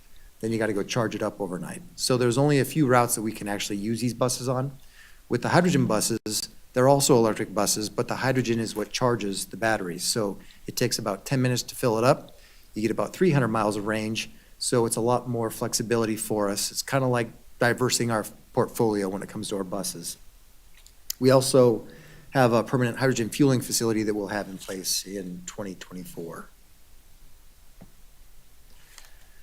So one of our big successes that we've had at RTC is our bus rapid transit. And we've got two routes. The Virginia line goes from Waller Event Center down to the Meadowood Mall. And then we've got the Lincoln line that goes from the 4th Street station down 4th Street and Prater Way and ends up over at Centennial Plaza next to the Nugget. So these two routes alone account for 27% of our total rides.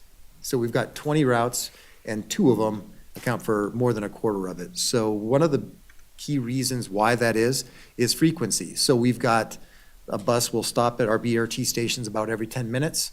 So it's convenient. If you get there, you miss the bus, you got another one right behind. So during the pandemic, we did lose some ridership. It had a big impact on everybody. And then we also had a couple of bus strikes. So we had to find some ways to be creative and kind of work with what we had to do more with transportation. And FlexRide is one of the ones that came out of that. And this is our on-demand curb-to-curb service that's our version of Uber and Lyft. It costs $2 per ride or $3 per day pass. And we've got 4 zones. And we put these zones in areas where there's just not enough demand to have a fixed route bus. So those areas are, some areas is Sparks and Spanish Springs, North Valleys, Somerset and Verdi, and the South Meadows. And these are the maps that we have. So you can see the way it is with these zones. Let's say you live up on the north end of Spanish Springs. You can call or go onto the app and get a FlexRide. They'll come and pick you up, and they'll give you a ride anywhere within this zone. So you might be up at Calle de la Plata, and they'll give you a ride down to Reed High School. If you want to go down to maybe Meadowood Mall or something, they'll take you down to Centennial Plaza. You can get on the fixed route system from there. And it doesn't cost anything else to get onto the bus. That $3 pass or $2 ride, that counts for FlexRide and for the fixed route system. There you also see the North Valleys map. And then we've got the Somerset Verdi map, and we just launched the South Meadows map on May 4th. So what you can see on that one is there's a couple of blue dots outside of it. Those are points of interest, so people can be within that bubble, but it'll take you to the DMV, it'll take you to shopping, grocery stores, and things like that. So a couple of really good programs that we have in place are the Senior Ride Taxi Bucks program and the Van Pool program. So the way Senior Ride Taxi Bucks works is you get a card, and every month it gets loaded with $60 on it. It doesn't roll over, but you can use it for as many taxi rides or Uber Lyft rides that $60 will pay for. This will work for anyone 60 years and up, veterans, and people with disabilities. So it's a pretty good supplement for people that qualify for it. Also, the Van Pool program is something that we're really proud of because what it is a carpooling service for people that might live in the same area and also work in the same area.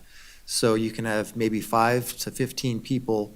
Enterprise Rental Car will provide a vehicle for you. RTC provides a subsidy, and then your employer can also provide a subsidy. So there's a possibility that you might not have to pay anything to lease the vehicle. You just have to be the driver for the carpool program.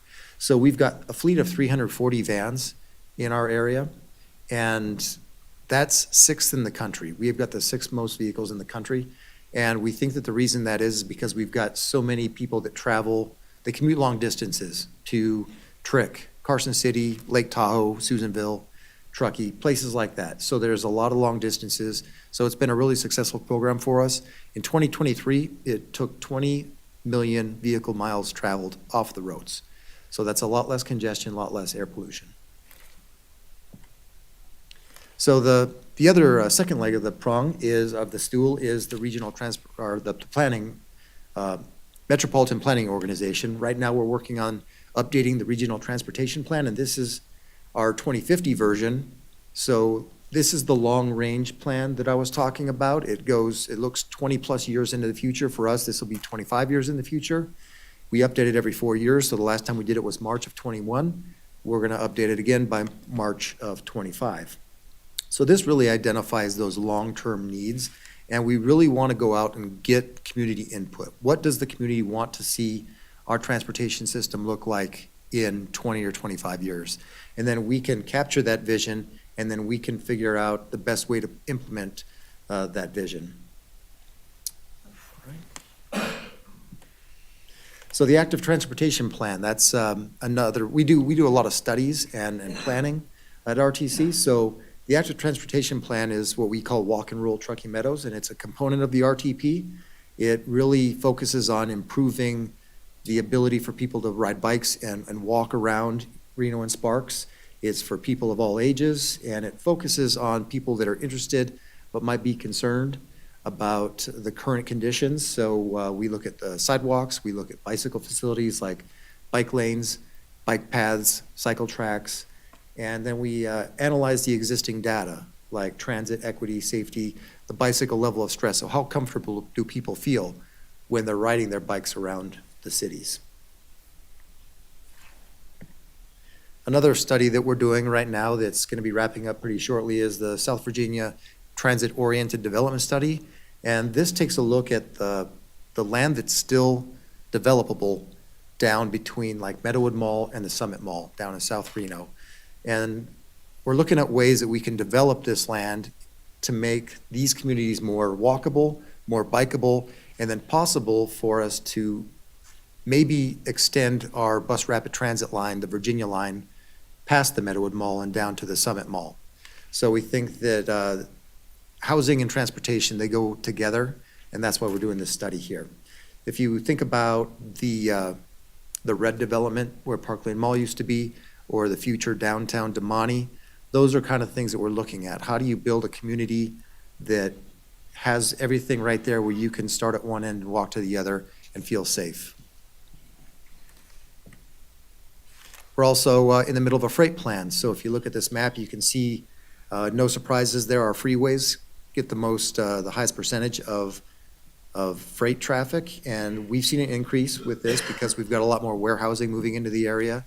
We've got the industrial center, just 13 miles east of here, and you can also see right there in Sparks, there's quite a bit of truck traffic there. So what we're doing is we're looking at fostering a thriving economy here in the Truckee Meadows by taking advantage of the freight, but then also identifying and supporting some of the different programs and needs and infrastructure improvements that we can put in place to accommodate the truck traffic. So engineering, like I said, we got lots of orange cones that we'll be putting out in Sparks. Just last year, we invested more than $87 million into our local economy in construction, and that had a direct impact of more than 2,600 jobs. So some of the recently completed projects here in Sparks, last year we did the 4th Street rehabilitation. That was from Galtway to Greenbrae Drive. And this not only rehabilitated the pavement, but it also made some improvements to the sidewalks, especially along the elementary school there.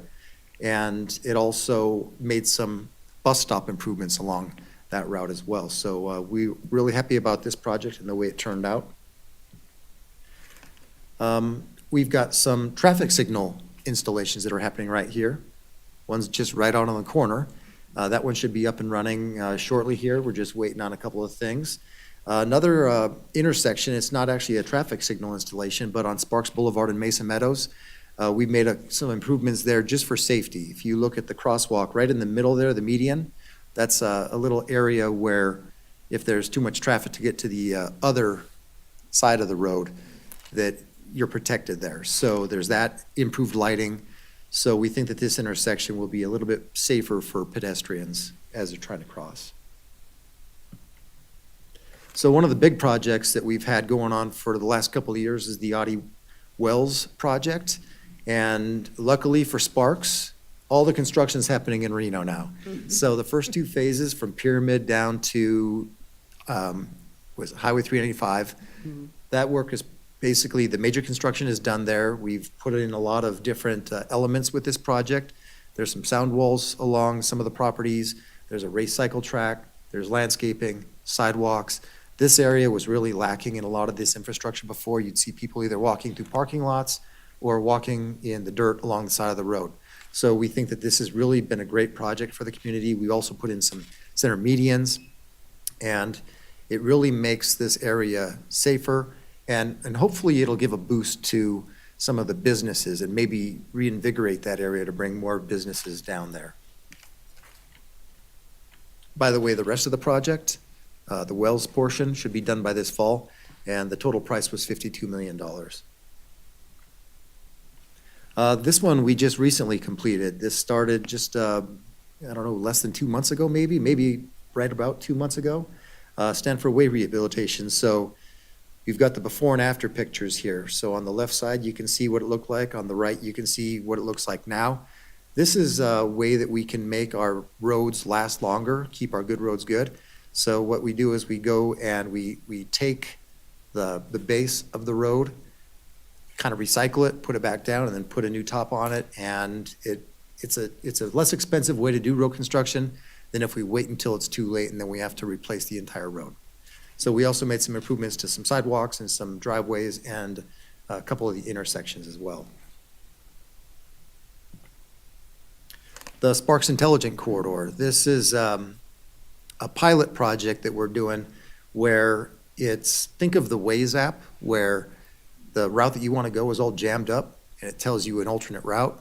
That's kind of what this is. So it will be stoplights that there's smarter technology there, but then also some cloud-based information that can communicate with vehicles and tell you in real time, be like, hey, there's a crash up ahead, maybe you should turn left here and take a different route. So we've gotten a lot of this stuff taken care of, but it's a pilot project. We'll see how it goes. If it's successful, we'll probably see this stuff extend into a lot of different areas. The intelligent transportation systems is kind of a lower version of the intelligent corridors. So this is, laying the fiber optics down and making the traffic signals a lot smarter, using smarter technology. So if there is a crash, this could be a traffic signal, could be a camera, could be flashing yellow lights for pedestrians. But when it will recognize when there's traffic backups, and it will retime in real time. It'll change the timing of it just to try to get that flow of traffic in to decrease the amount of congestion. So you can see the different areas here in Sparks. We're working on it: Vista, Prater, Pyramid, North McCarran, and really improving the reliability of the traffic systems. This is a continuation of that. We've also got on this map from Prater Way from Sparks Boulevard to Vista Boulevard, and on Vista Boulevard from Prater Way to Kleppe Lane. We're doing the same thing. So again, improving the reliability of the traffic signals. So this year, it's kind of a two-part project. The Las Brisas and Los Altos resurfacing. These are two different roads in two different cities, but it's the same project. And both of these roads are halfway done. So if you look at the picture on the left, that is from North Vista Boulevard to Goodwin Drive. That's what we're going to do this year. So we're going to resurface that part. The one on the right, we did that last fall. So that's South Vista Boulevard to Goodwin Drive, and you can see the difference, how much more vibrant the one on the right looks. You've got the improved bicycle lanes. And most of the projects we're doing, we are improving the ability for people to ride their bikes and walk, and ADA requirements and things like that. Pavement preservation program, what I was saying earlier about keeping good roads good, this is a before and after picture of a project from last year. This is a preventive maintenance program. So this is one of the least expensive ways to do it. It's crack sealing and then patching, and then you put a slurry seal over the top of it and restripe it, and you can see how much different these two pictures look.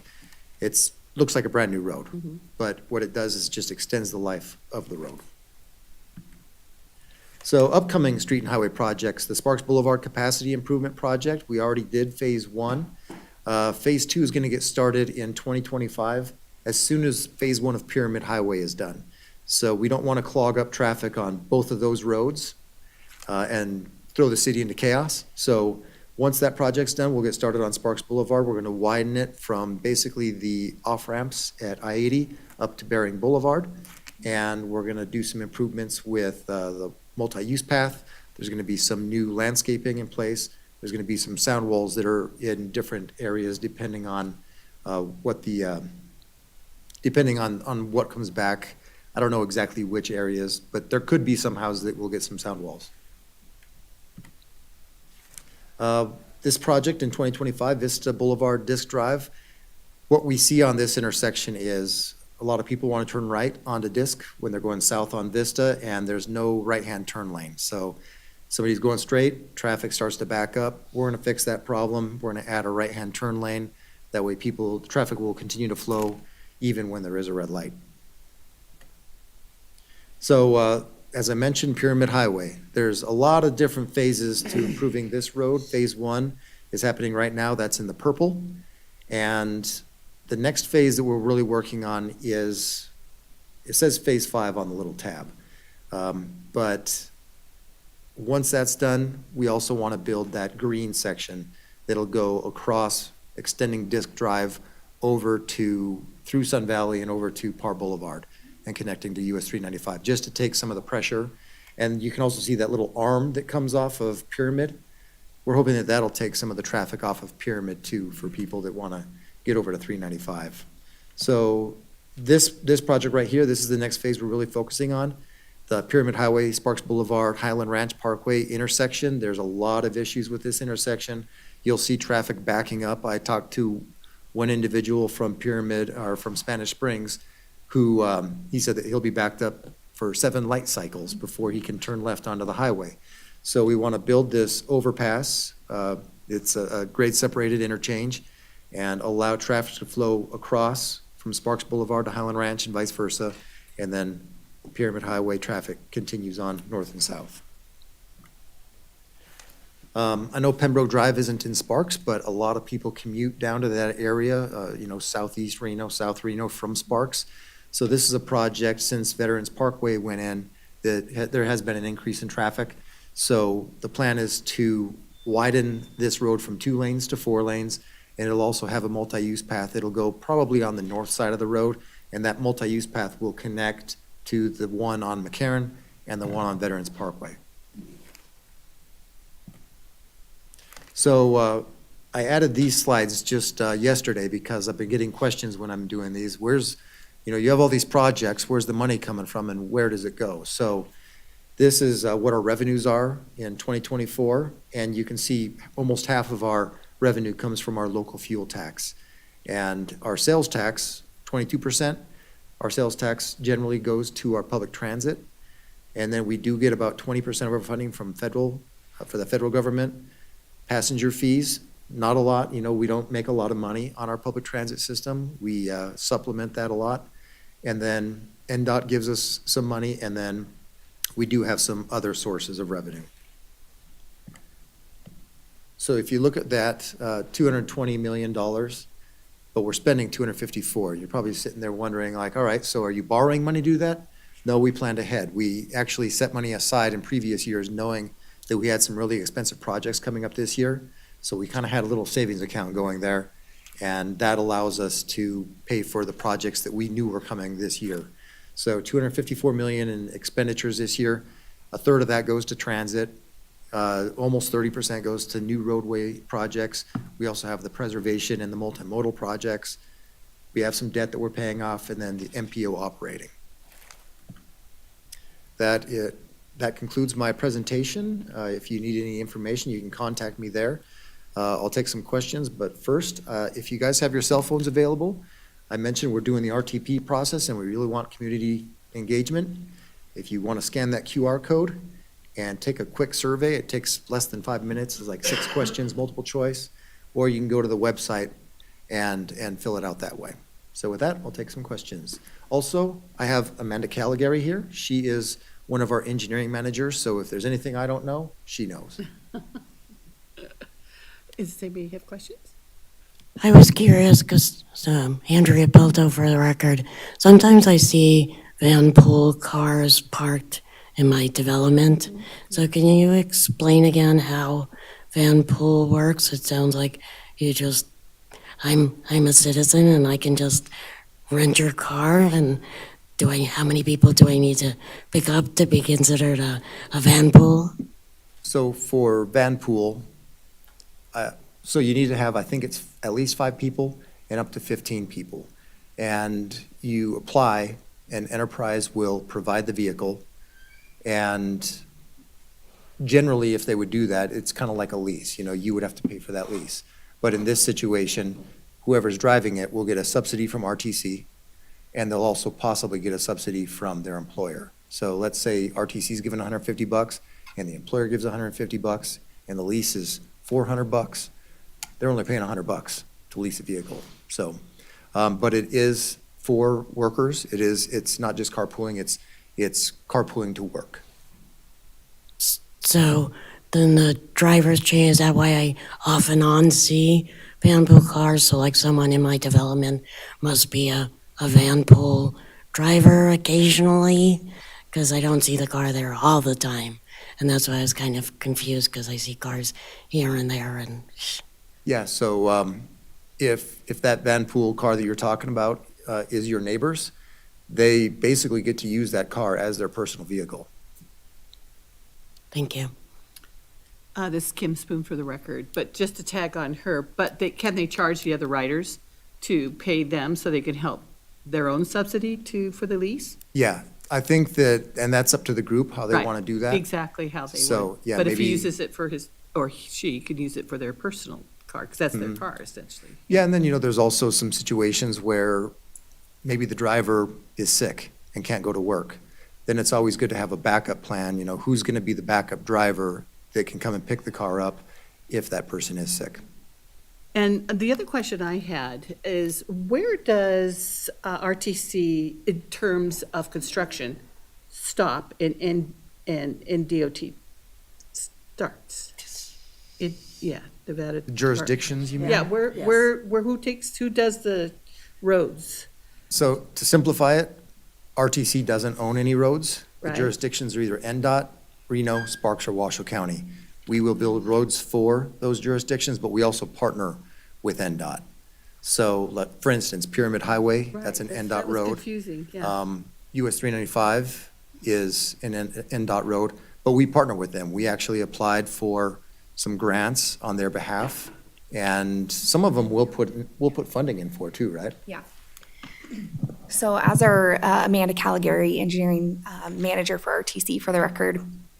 So as Paul mentioned in the beginning of his presentation, our mission at RTC is to build a better community through quality transportation. So even though Pyramid Highway is an NDOT roadway, we know that there's a need in our community to improve that for everyone's lives. And for safety reasons. And so we do what we can. We partnered with NDOT on that environmental NEPA process and helped that get through. So now we are partnering with them on phase 1. So we have partnered with them financially to get phase 1 of Pyramid done. We actually went for, I think that one was a build grant. I think it was like 50 some odd $50 million we helped them obtain to get that project completed. Same thing for our North Valleys Phase 2 project, or NDOT's North Valleys Phase 2 project. We helped them get an $89 million infra grant to get that project going. Otherwise, it would have just sat on the shelf. So even though, as Paul said, we don't own any roadways, whether it's a project identified in the RTP or another an NDOT project that we see it's a need that we can help, we step in and we can help provide or fill that gap. Okay. It's quite Yeah. a partnership, my goodness. Yeah. I didn't realize that that's what happened. So when RTC gets involved in a partnership, who actually does the hiring for the contractors, like Granite and all that stuff? Who does the bids? Who does all that? It varies. So for Pyramid Phase 1 project, that was designed and the construction has been administered. Oh, thank you. I was perfectly fine on my knee. That was led by NDOT, so we have an interlocal agreement, RTC and NDOT do. And so we are just helping on that project financially. But for this next phase of the project, as Paul mentioned, that's moving forward, is phase 3. We are actually, the RTC is taking the lead on that project. So we currently have hired a consultant to start on the design of that interchange there at Pyramid Highway and Highland Ranch Boulevard. So we should be at 60% design next June, and then we can start to acquire any necessary right-of-way to help get that project built. And simultaneously, we are moving forward with 30% design of the connector, as Paul mentioned. And that is going from disc, what he was calling the disc extension, all the way to 395.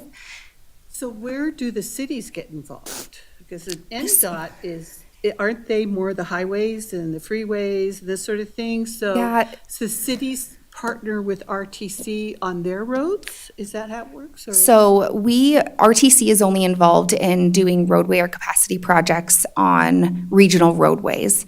So in our RTP, if you're ever curious about if RTC would be involved in doing any roadway rehabilitation to a roadway, you could go to our RTP, and we have a list of all the roads that we help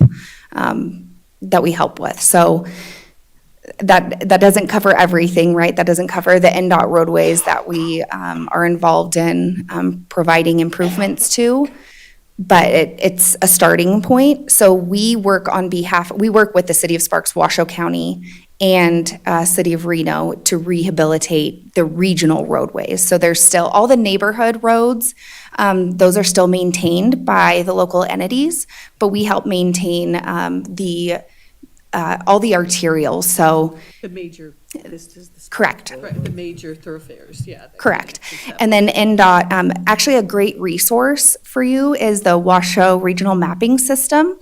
And there's actually a tool on there, a map where you can go and highlight all the road jurisdictions, and it will tell you which road is owned by which entity. So it's very helpful in identifying, is this a City of Reno road? And there will be some that surprise you. You're in City of Sparks, but actually City of Reno maintains that road. It's quite interesting. Or like Sun Valley Boulevard, that's an NDOT jurisdiction road. But the RTC is actually partnering with them and leading a project to improve Sun Valley Boulevard. So, yeah. Thank you so much. That's You're welcome. very informative. Are there any other questions or comments? Andrea Pelto, for the record, just one additional comment. I know we've had Susie Trinidad come down here and speak to us many times. In fact, she's putting on a transportation talk in about 5 minutes at the Sparks Senior Center. And so we really appreciate, all the communication as far as, being able to get our seniors from place to place, for a decent, amount of money. So just a plug for how wonderful we think Susie is. Agreed. Yep, Susie's great. Thank She you knows so her stuff, much. too. It was very informative. Appreciate it. Thank you. Thank you.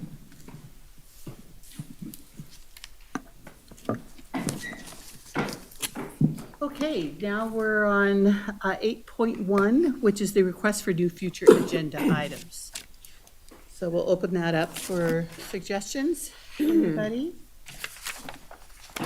This is Kim Spoon. For the record, I have a couple suggestions. When Karen Swope was here, I think that's a very good agenda item. I'm not sure how we would do it, but in terms of understanding and dealing with long-term care insurance for seniors and the cost of home care, I'd like to at least put it on the agenda, and then we can, or maybe see where it goes and what we can get to bring it. If there's anything in the area where organizations that handle that type of thing. Right. And the other one I'd like to bring on again, we didn't have time this time, but was to bring in someone like somebody regarding the mental health, Senior Bridges or somebody like that that can talk to the senior issues with mental health, I think would be really informative. So those are my two items, I think. Anybody else? Just a quick question, for Julie, actually. For next year's dates, any idea when you'll be proposing when we'll be meeting again next year, quarterly? Julie Dewell for the record. Usually what I do is take this year's calendar and just move it on over to next year. So we will approve those probably in our November meeting. We'll approve the dates for the next year. Thank you, I was just curious. So agenda item for November. Yes, yes. Okay, if we don't have anything further at this, oh, I'm sorry, go ahead. So also for the November agenda item, I think we want to talk about the Older Americans Month, because again, that's going to start in December, so. Do you want to start, but we're looking at August right now, so do you want to do the August? But I can put. Yes, she'll make a future note. Okay, Because cool. in case I'm not Perfect. here next time or whatever. Good idea, I like that. So, and then also, I was going to ask, and I don't know how this would work. Again, my questions today about the different kind of developments around town. I don't know if the planning commission would be someone who might want to speak occasionally, especially if they have a project that goes before them that involves senior housing. Can we get them to speak to us and tell us what they possibly know about future senior housing? Since all that stuff has to go through the planning commission before it gets anywhere. Barbara Sterling, for the record. One of the items, or one of the questions we had last time was a request to see if we could meet more often. Do you remember that one? Julie Dewell for the record. I am going to address that in my comments today. Okay.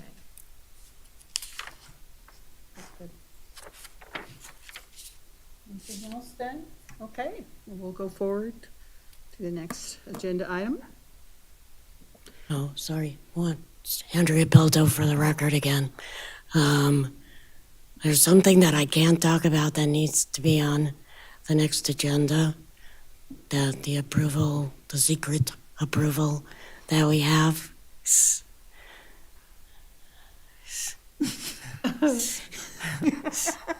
Julie Dewell for the record. I will address that after the meeting. Okay, thank you. Kyle Waxman for the record. Marcy Coopersmith is currently on a police ride for today, and she's completed one with the fire department. And she just wanted to let everyone know that the members of both the fire department and the police department love the Elder Guide. They swear by it. They say it's a marvelous piece of information for them as well when they encounter seniors who need help. Would you like to put the Elder Guide on the agenda to talk about, have someone from Elder Sure. Guide come in and discuss that? Because I don't know if everybody even knows what that is. Are you talking about the? Yes, the Yeah. little pamphlet. Well, it's a little booklet. yeah. Right. So I think that's a great agenda item. I think that's very informative. Yes, And 'cause- it is a great publication. So that's, I think, thank you. I think that's a great idea. Okay, any more agenda item things? Okay, we'll get on to 8.2, which is the committee member announcements. That was it. That was my committee member. Oh, was that your announcement? I'm sorry. I'm looking at 8.2 on Okay. here, that's why. But it worked. Oh, It okay. worked for agendas, I think, anyway. So, anybody want to make an announcement of any sort through the committee? This is Kim Spoon, for the record. I do have one that I have mentioned before, but I wanted to bring it up again regarding the mental health situation. We had a presentation three meetings ago or 2 meetings ago from Brett Jewell, who he and his wife do a series. It's called the Retired Living Truth Series, which is a free seminars that they have every month with panels to discuss certain situations that they feel seniors would be interested in. And they've been very successful. It's been quite the good thing for people out there. Again, it's free. On June 20th, they're having Our Mental Health as We Age. And again, that's a mental health theme, and I just think that if anybody is interested, that's what's coming up on the 20th. They also have, so I'm just going to say these because they're before our meeting, pain management and alternative therapies on July 18th, and August is letting go, downsize, or declutter. So those are kind of interesting things, and having to work having worked in especially, well, on all of those important items, those decluttering and stuff, it is amazing how hard it is for people to give things up. So just so you know, that's out there, and I did, especially the mental health one, which is one of my passions. So anyway, so that's my announcement. So Andrea Belto for the record. I guess I have two things. One, I know Diane spoke about the senior rescue rental assistance today, and just to make public, I am on the senior rescue board, surprise, surprise. And we are having our first board meeting this evening, so I hope to have more information on the senior rescue plan at a future meeting. Also, as I semi-announced last time, one of my other current new commitments is I'm now the treasurer of the Circle of Life Hospice Foundation, and we actually hope to open Nevada's first ever hospice house on June 1st. So I will also supply updates, as I know that. Would you like to put them on the agenda? I thought about it, but it might be a little soon. Okay. So I'll wait on I would, that then. yes, I 'Cause would like to be that's amazing. a future agenda item eventually, Okay. once we have really some numbers and some information Just to share. amazing, you guys. The But yeah, first home hospice. in just our so area. everybody knows, yeah, we'll be able to start with 3 patients Okay. at the house that was currently donated to us.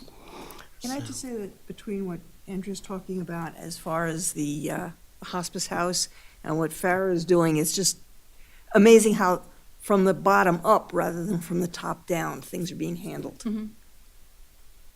Kyle, would you just? Oh, I'm say- sorry, for the record, Kyle Waxman. Okay. Any other announcements from committee members? And we didn't get, I will say one thing, this is Kim Spoon for the record, we said welcome before you came in. So now that you're here, formally, we welcome you. Thank you so much for being here, actually, so. All right, so we'll move on to the next one, 8.3. And that's staff liaison committee vacancy and general announcements. Julie Duell. I have a few. So Julie Duell for the record. I wanted to welcome Jeannie. Thank you for being on the committee. I wanted to let people know that we have a Ward 4 member opening, and we also have alternates for Wards 1, 2, 4, and 5. So if you know people that may be interested in serving on this committee, please ask them to apply at cityofsparks.us/get involved. I have been receiving a few questions that I wanted to address. One of them was, how are we getting the word out about our senior meetings?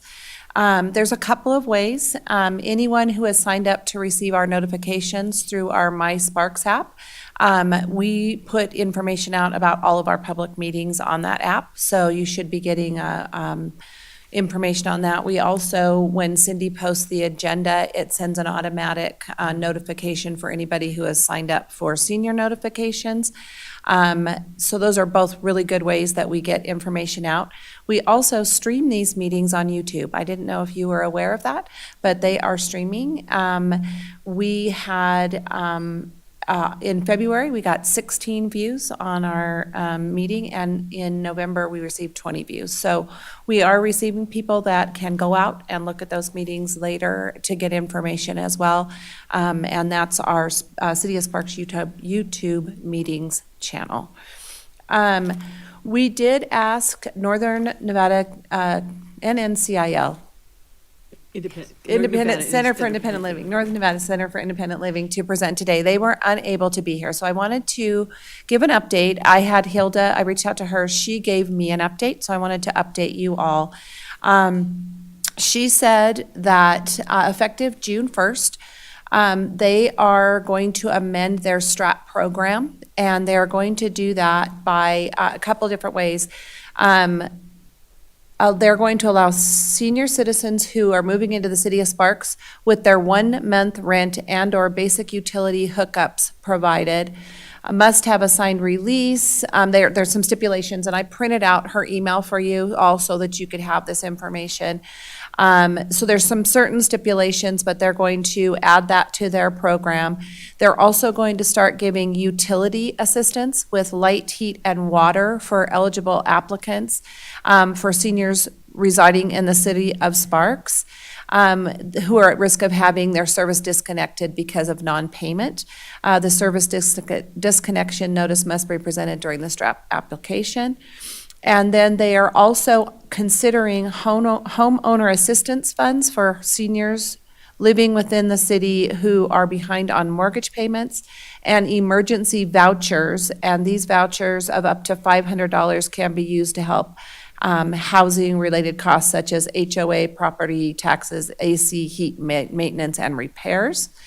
They're thinking of a summer weekly special that will help out Sparks senior citizens using weekly motels or similar weekly units as their primary housing, who are struggling to stay in their unit due to inability to stay as a result of qualifying emergencies. And they were planning to pay up to 4 weeks of rent and one 30-day RTC bus pass. They will also launch additional features as soon as they finalize their STRAP policies and procedures. And I wanted to let you know, it was brought to, in our meeting, we talked about, can we take that money back? We cannot. That was structured from the city as a donation. So we're unable to ask for a donation back, but we are working with them to make sure those funds get out into the community for rental assistance. I thanked Hilda for her update, and I also really let her know that this money does need to get out into the community, how important it is for seniors in the community. And we also put her in touch with Amy Jones, who's our housing specialist, so that maybe there can be some coordination between an NCIL and City of Sparks to make sure that money gets out there. So rest assured, we are on it. We are making sure that they are utilizing those funds to help seniors in the community for rental assistance. So I know that was really important to all of you. Thank you. As it was to us too. So I also wanted to address Barbara's question about why we cannot meet more than quarterly. It is really due to staff time. We have 16 boards and commissions that staff has to run these meetings. So each and every one of these takes a significant amount of staff time. We recently moved our Citizens Advisory Group to quarterly as well. So just for an example, I looked at my hours and I looked at Cindy's hours on just putting this meeting together today, including the time for the meeting, the time after the meeting, the time before the meeting. It's approximately 30 hours of staff time to put on one meeting. And again, we have 16 boards and commissions that we do this for. So it takes a lot to do the agenda, to get the agenda uploaded, to go through to all the minutes afterwards and all of that. So because of that and because of just staff limitations, we don't have the capacity to have these meetings more than quarterly. So I wanted to assure you that we're doing the best job that we possibly can to get the speakers that you want and quarterly speakers, but it really is not an option to have these anymore. Sorry. I apologize, but there's just not enough time in a day to do what we need to do. So thank you, Barbara, for the question, and I apologize that is my answer, but it's not just my answer, obviously. It's coming down from, all of staff, so. Elections, that was another question that came about because Marcy stepped down as our chair. So Kim has graciously accepted the acting chair position. At this point, I think we will there's only 2 more meetings of this year, and if Kim is okay with that, we probably will just go ahead and do February elections like we normally would. We'd really like to fill our positions too, so that we have more people on the committee that can step into the roles and want to help out with that. So we'll probably not hold elections until our February meeting, as long as Kim has graciously will continue to act as chair. Did a great job today. Yeah, and honestly, you did amazing today, so thank you. So thank you. Then I had a couple of people reach out to me to ask me what it means to be a volunteer on this committee. So what I did is I printed out our resolution, and I'll hand all those out as well, just to let you know really what your commitment is to be a volunteer on this committee is you're required to attend the meetings. And what that means is you receive information, such great information today, you take it out into the community to the people that are part of your world that would, that can benefit from the information. If you can't attend, you can have your alternate attend for you. However, we're down about 4 alternates, so that's really not quite an option right now. But we're going to try to fill those positions, and we are having an announcement at the next city council meeting to announce vacancies for this committee. And also, if you want to attend outside events, Older Americans Month, city events, and volunteer for those, that's an option. It's not required. You can, if you'd like to, be a part of some of the external. I know that Abby had mentioned like a subcommittee type thing as far as Older Americans Month. So those are, a volunteer is just a volunteer, meaning you don't have to do things, but it is up to you how much you want to put in or from a committee. But those are really basically just attending the meetings.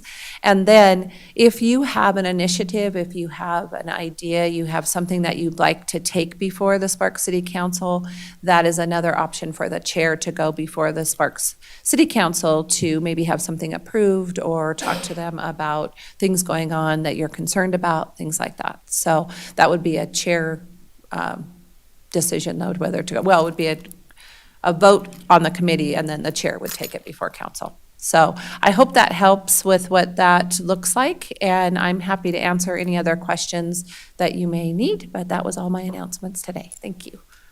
Thank you. I have a quick question, but I can't remember. What is, before you went into talking about the quarter, what was the subject before that? Was it the NNCIL or was it the,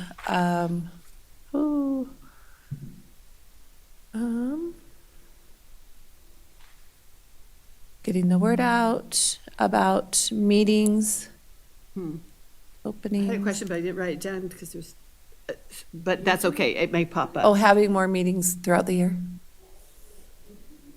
The YouTube? No, that's fine. Okay. I had something there but I went into the next one. Of course, it's gone. Resolutions? I don't know. I don't remember. So, does anybody have any? In the morning, you'll remember. Yeah, exactly. So, thank you so much, Julie. That's a lot of information. Barbara Sterling for the record. Is the committee on the, what is it? The Citizens Advisory Committee, is that, they're still active? Yes, they're still active and they're quarterly as well. So similar, reading that resolution and ours. Yeah, they are definitely similar committees, yeah. I think that was it. Thank you, Barbara. This is Kim Spoon for the record. You had talked previously, or we had talked previously about you guys are looking at possibly revamping or making it more, what? Streamlined?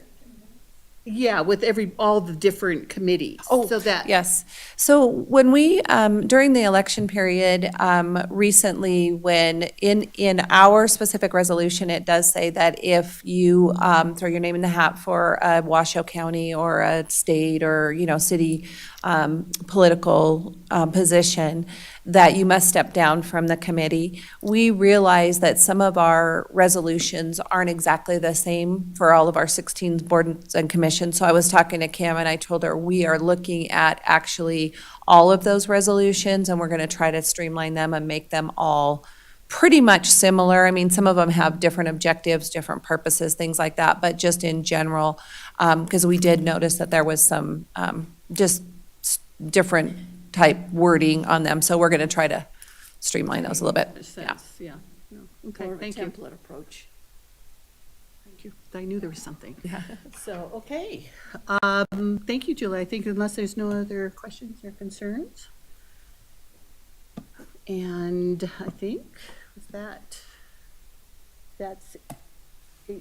is that it? Oh, that's right. I knew there was something else. So we're open for any more public comment at this point.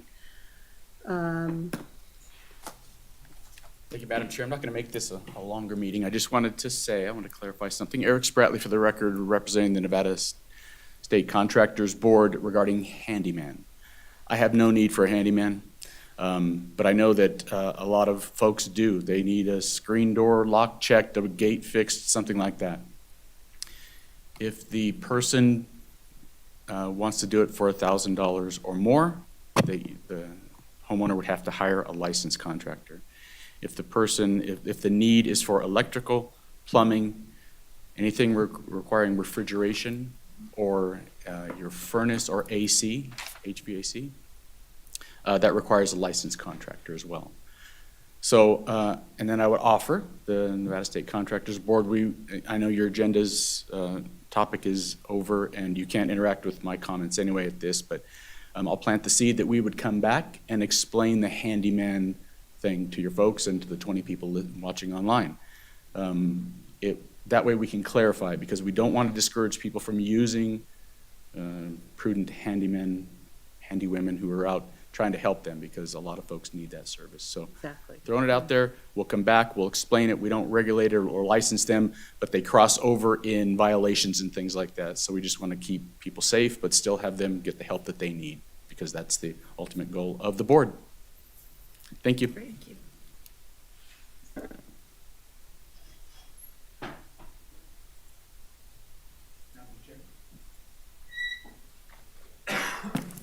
Good morning. Paul Anderson, for the record, council member for Ward 3. And I just want to say, Madam Chair, committee members, thank you very much for your service. I truly appreciate what you're doing. And when I'm talking to folks in our community about our different boards and commissions, this is the one that I say, you guys don't just sit around and wait for your next meeting to happen, you get things done. And I just want to thank you for that. Likewise, Madam Chair, this is the month of May, which is Mental Health Awareness Month, as you most likely know. And I too am passionate about that. In fact, hopefully you'll be seeing op-ed in the RGJ here. Sheriff Balaam and I put together talking about that. It's a huge issue in our country, the world, but elderly folks is actually, that's one of the biggest concerns right now. So if there's any way that if any of you want to reach out and I can point you towards some resources that could connect into your group and help others out, let me know. And likewise, a great way to get out of a funk or depression, or if you're feeling low, is to volunteer, helping others. So please, whether it's me or Julie, let us know. I would love to point you some directions if you're bored or you have friends that are looking for something to do. So thank you for what you're doing. Appreciate it. Thank you. Thank you. Here comes Donald. One more. All my council members. It's almost 11:30. I know we all have places. I know I need to make to the senior center too. I'm Donald Avitz, Park City Council Ward 1. I have an answer for you, Ms. Peltill. You brought it up earlier about the development at the corner of 12th and Prater. It is Urban Lofts Townhomes. Say it again. Urban Lofts, LOFTS, and then Townhomes, normal spelling. It's 57 units on about 45,000 square feet. We've approved that. I remember the planning commission, or the neighborhood meeting before planning commission was back in COVID days. I remember being on that Zoom. We approved the final map November 20th. It's, like I said, 57 units. That's right there. It's not just, there's not an age. It's anyone and everyone.